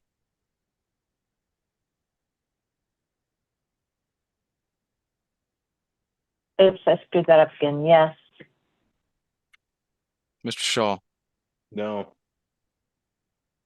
Mr. Thompson, Yes. sorry, Ms. Fintish, Abstain. Mr. Chair, the vote is currently 13 in favor, 3 opposed, 1 abstention. I will abstain. Mr. Thompson, did you have an interrupting motion? It is not interrupting. Okay. So the amendment becomes the main or the the motion is amended. If you can put the final language on the screen. Give me 1 second, Mr. Chair.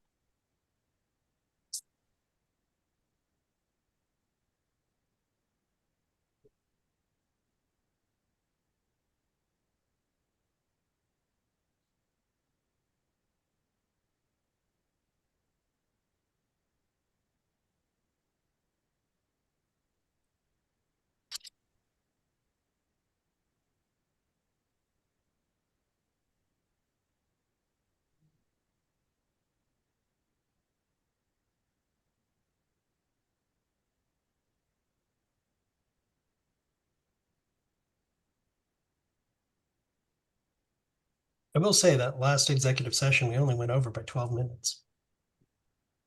That's got to be a record. We're getting better. That's right. We're learning to come together as a group. I love it. Mr. Chair, is the language of the motion acceptable?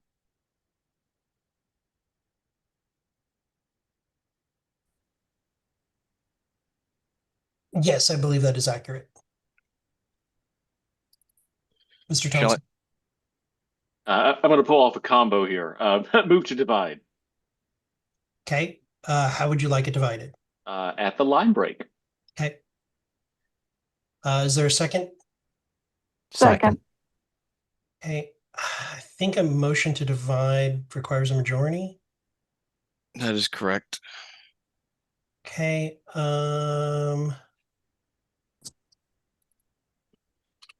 Do you guys need a roll call for this? Or can I do I can't do hands raised because I can't see everybody. Exactly. So you'll need Mr. Chair, point of personal privilege. Ms. Fintish. Can you just remind us what Mr. Thompson is moving in this moment? Mr. Thompson is moving to divide the question. So it would split. So we would have 2 separate votes, one on the 40,000 for New Mexico and another vote for the 40,000. Mr. Chair, I actually think that a motion to divide, and someone can correct me, once it's been seconded, it's automatic. I don't think so. It's not automatic. I think it is. It is. Thank you. Yeah. It's not automatic. We need to vote on whether we divide it or not. But we still vote on whether we divide it. I do believe that is correct. I'm going to recognize Ms. so as Harlos well. without objection. Ms. Harlos. Certainly, Mr. Chair, I'm glad you indulged me. A motion to divide is not automatic. However, it would be your judgment as to whether this motion to divide, if it's on 2 unrelated topics, is divisible upon the demand of a single member. And I think the thing that people were referring to is it's not debatable, but it is votable and it would require a majority. I believe that because of the original language, that it is in order for a motion to divide.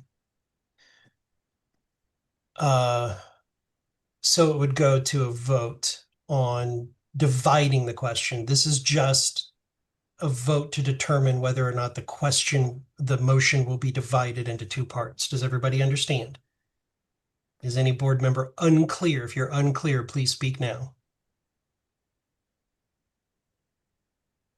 Okay, Mr. Secretary, go to a roll call vote for the motion to divide. Mr. Koffel.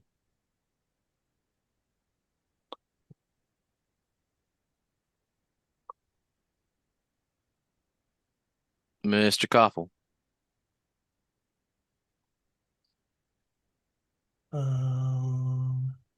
He's here. You're muted, Mr. Koffel. Okay, guess you'll have to come back to him. All right, Mr. Danke. Yes. Mr. Flores. Yes. Vice Chair Griffiths. Aye. Mr. Hanush. Abstain. Ms. Hayes. I'm gonna say no. Ms. Hogarth.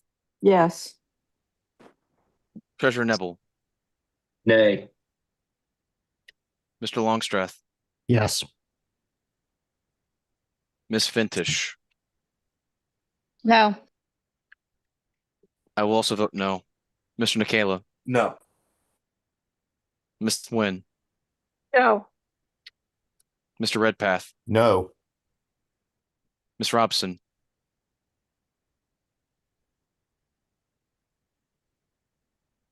No. Mr. Shaw. No. Mr. Thompson. Yes. Yes. Mr. Koffel. I'll vote no. Mr. Chair, the vote is 6 in favor, 10 opposed, 1 abstention. I will abstain. So the final vote is 6 in favor, 10 opposed, with 2 abstentions. So the motion to divide failed. So now we move on to the main motion.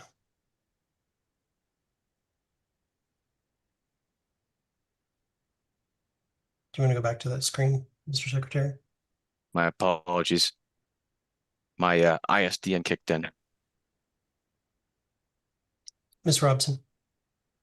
I just want to know what the vote threshold is for this. 12. Majority. No, Thank you. No? it's 12. It'd be 2/3. Okay, thank you. I wasn't sure if it was 2/3 of majority. Thank you. I have It a would point be of a major- information. It would be a majority if we had a budget offset for it. Or revenue offset. Ms. Griffiths? Just to confirm, Madam as Chair. earmarked, is this essentially it's just saying that the only expenditures for New Mexico can be for paying existing bills and pursuing mediation. Is that correct? That is correct. Okay. That would mean any additional action to be taken would need to come for additional funding first, and that would have to be fully expressed to the attorneys. Thank you, Mr. Chair.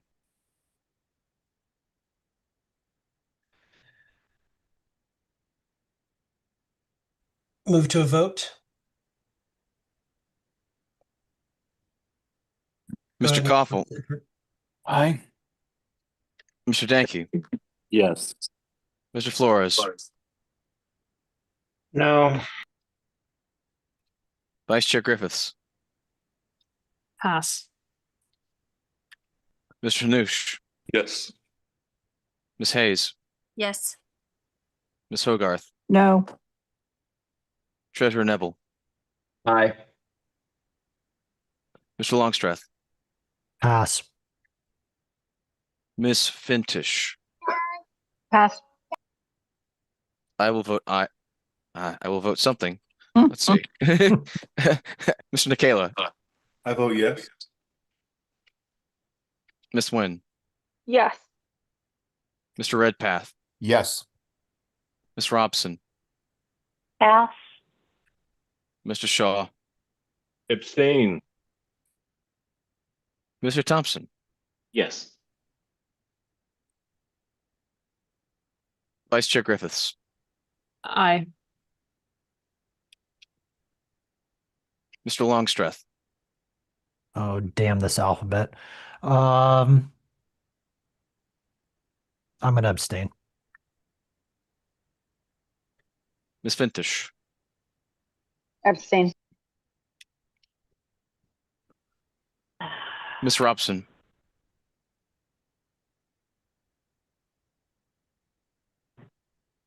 I'm gonna vote yes. Mr. Chair, the vote is 12 in favor, 2 opposed, 3 abstentions. I will go ahead on this and cast a vote. Yes. So the final vote is 13 in favor, 2 opposed, 3 abstentions. The motion passes, and I will, for the body or for the board, I will send you guys the specific language that I'll send to the attorneys in New Mexico on that particular item, so that you guys can see exactly the directive that I'm giving them, if that makes sense. Next item on the agenda is announcements. Are there any announcements? Mr. Chair, I had a question actually. Yes, Mr. Longstreth. We'll call it personal privilege. I'm just seeking clarity in process. So with the budget now amended, does this need to go before EC to authorize spending? Yes, it does. Okay, that's what I wanted to make sure I understood correctly. Thank you. And that would be a point of information. Yeah, I'm tired. I have a mild fever. I'm sorry. It's not fine. I'm remembering it I forever. give you a pass this time. Fair. Thank you, sir. I don't. Sorry, Madam Chair or Madam Vice Chair. Ooh. Shots fired. I'm going off camera now. Any announcements from the board? Mr. Requero. All together. I get everybody else. I got Miss Finch's name like first try, and yours, it's been months now, and I can't get it. I'm sorry. Can I just call you Mr. R? Just call him Mr. Robeson. Yeah. Go ahead, sir. Thank you, Mr. Chair. I'll just say briefly that the Libertarian Party of San Diego is, Libertarian Party of South Dakota. Oh my gosh, now I can't talk. I blame Richard. The Libertarian Party of South Dakota is having a Freedom Fest August 8th at the Palisades State Park in South Dakota around noon, or I think it's a multi-day event. They say it's an annual get-together, barbecue, contests, rallies, candidate outreach, all kinds of cool stuff. Thank you, sir. Mr. Longstreth.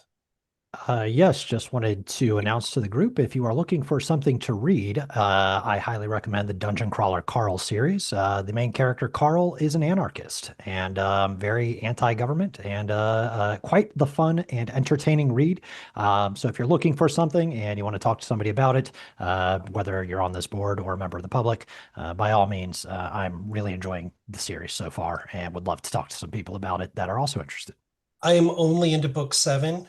Fantastic. I think it's 9. I think there's 9 books now. The 8th has come out. The 9th and 10th are still remaining. Yep. But I need to read that soon because they're producing a series. I think they are.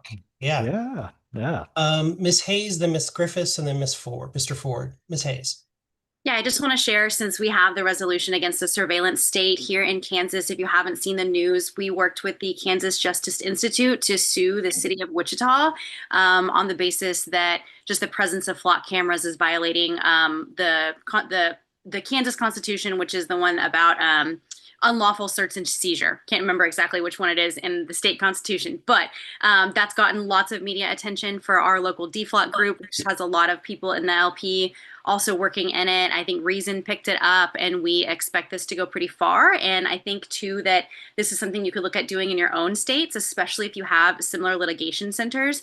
If that's something you're interested in doing, let me know. I can try to make contacts. That was really my contribution to this, was they were looking for a plaintiff, and I tried to get as many people that could potentially be plaintiffs in the rooms for the case. So very exciting.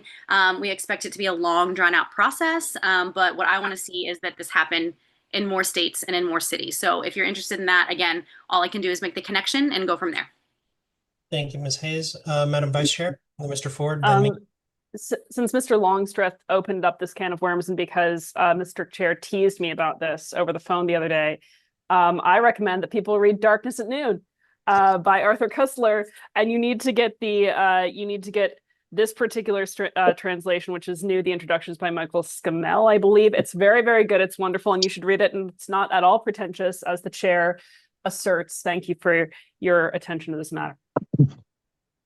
Thank you, Madam Vice Chair, for your completely wrong recommendation.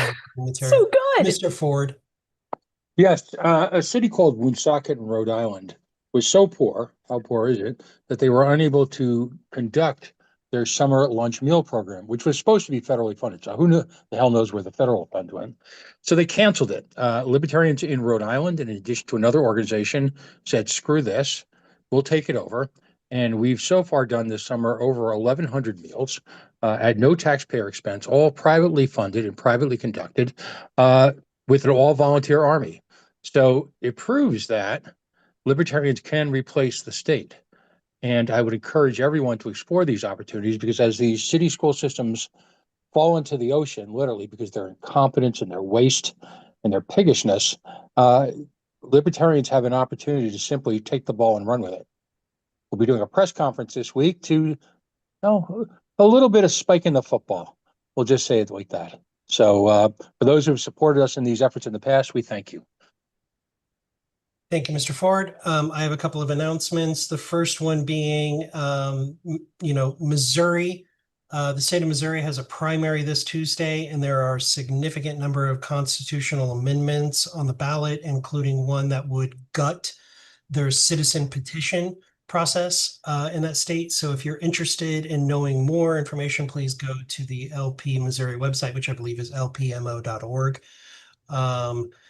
Second, thank you to the board members who have submitted articles for publication by the LNC, specifically Mr. Flores. Thank you for your work, and Ms. Griffiths for tampering with it. Please submit those articles as well to the members. Please, if you have something going on in your community and you would like to submit an article for the LP to publish, please let us know. You can go to, I think it's lpnews@lp.org that you can email it to, or to at least get information on how to submit it. We do have a submission process that I don't remember right now. And I highly recommend reading the original Starship Troopers by Robert Heinlein, one of my favorite books. It's in my top 10. And then we will go to Mr. Hanush, Ms. Robson, and then Mr. Nikela. Mr. Hanush. Yep, thank you, Chair. And you stole a little bit of my thunder. I was going to mention there are elections going on in Washington State for a couple of our candidates, as well as Florida on the 18th of August. So there are libertarians getting hopefully elected all the time. So vote libertarian. Thank you. Thank you, Mr. Hanush. Ms. Robson. This is, I guess, an announcement, but I just thought that I'd say it because you were talking about LP News. I did submit something for LP News, which is in memory of Paul Vallanham from California. Mr. Vallanham passed this last weekend. He was an amazing person. He worked hard for liberty. And I just wanted to bring him to this meeting in the hopes that we could all take maybe at least 30 seconds of silence to wish him peace, because he's gone through so much. Thank you, Ms. Robson, and please pass along our condolences to his friends and family and colleagues. Thank you. Mr. Nikela. I would be remiss, since we're giving out book recommendations, not to recommend The Fighting Bunch by Chris DeRose.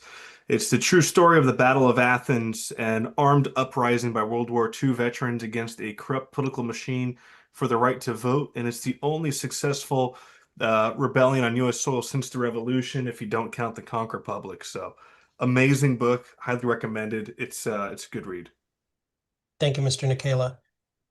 Also, if you are interested in, somebody turn off the vice chair's video feed.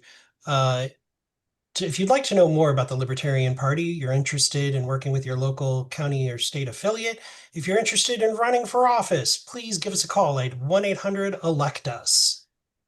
And with that, I would entertain a motion to adjourn. So moved. It's been moved by Mr. Redpath. Is there a second? Seconded. All those in favor say aye. Aye. Aye. I. Hey, All those There's opposed say always nay. one. We are adjourned at 10:22. You may stop the recording and broadcast, Mr. Secretary.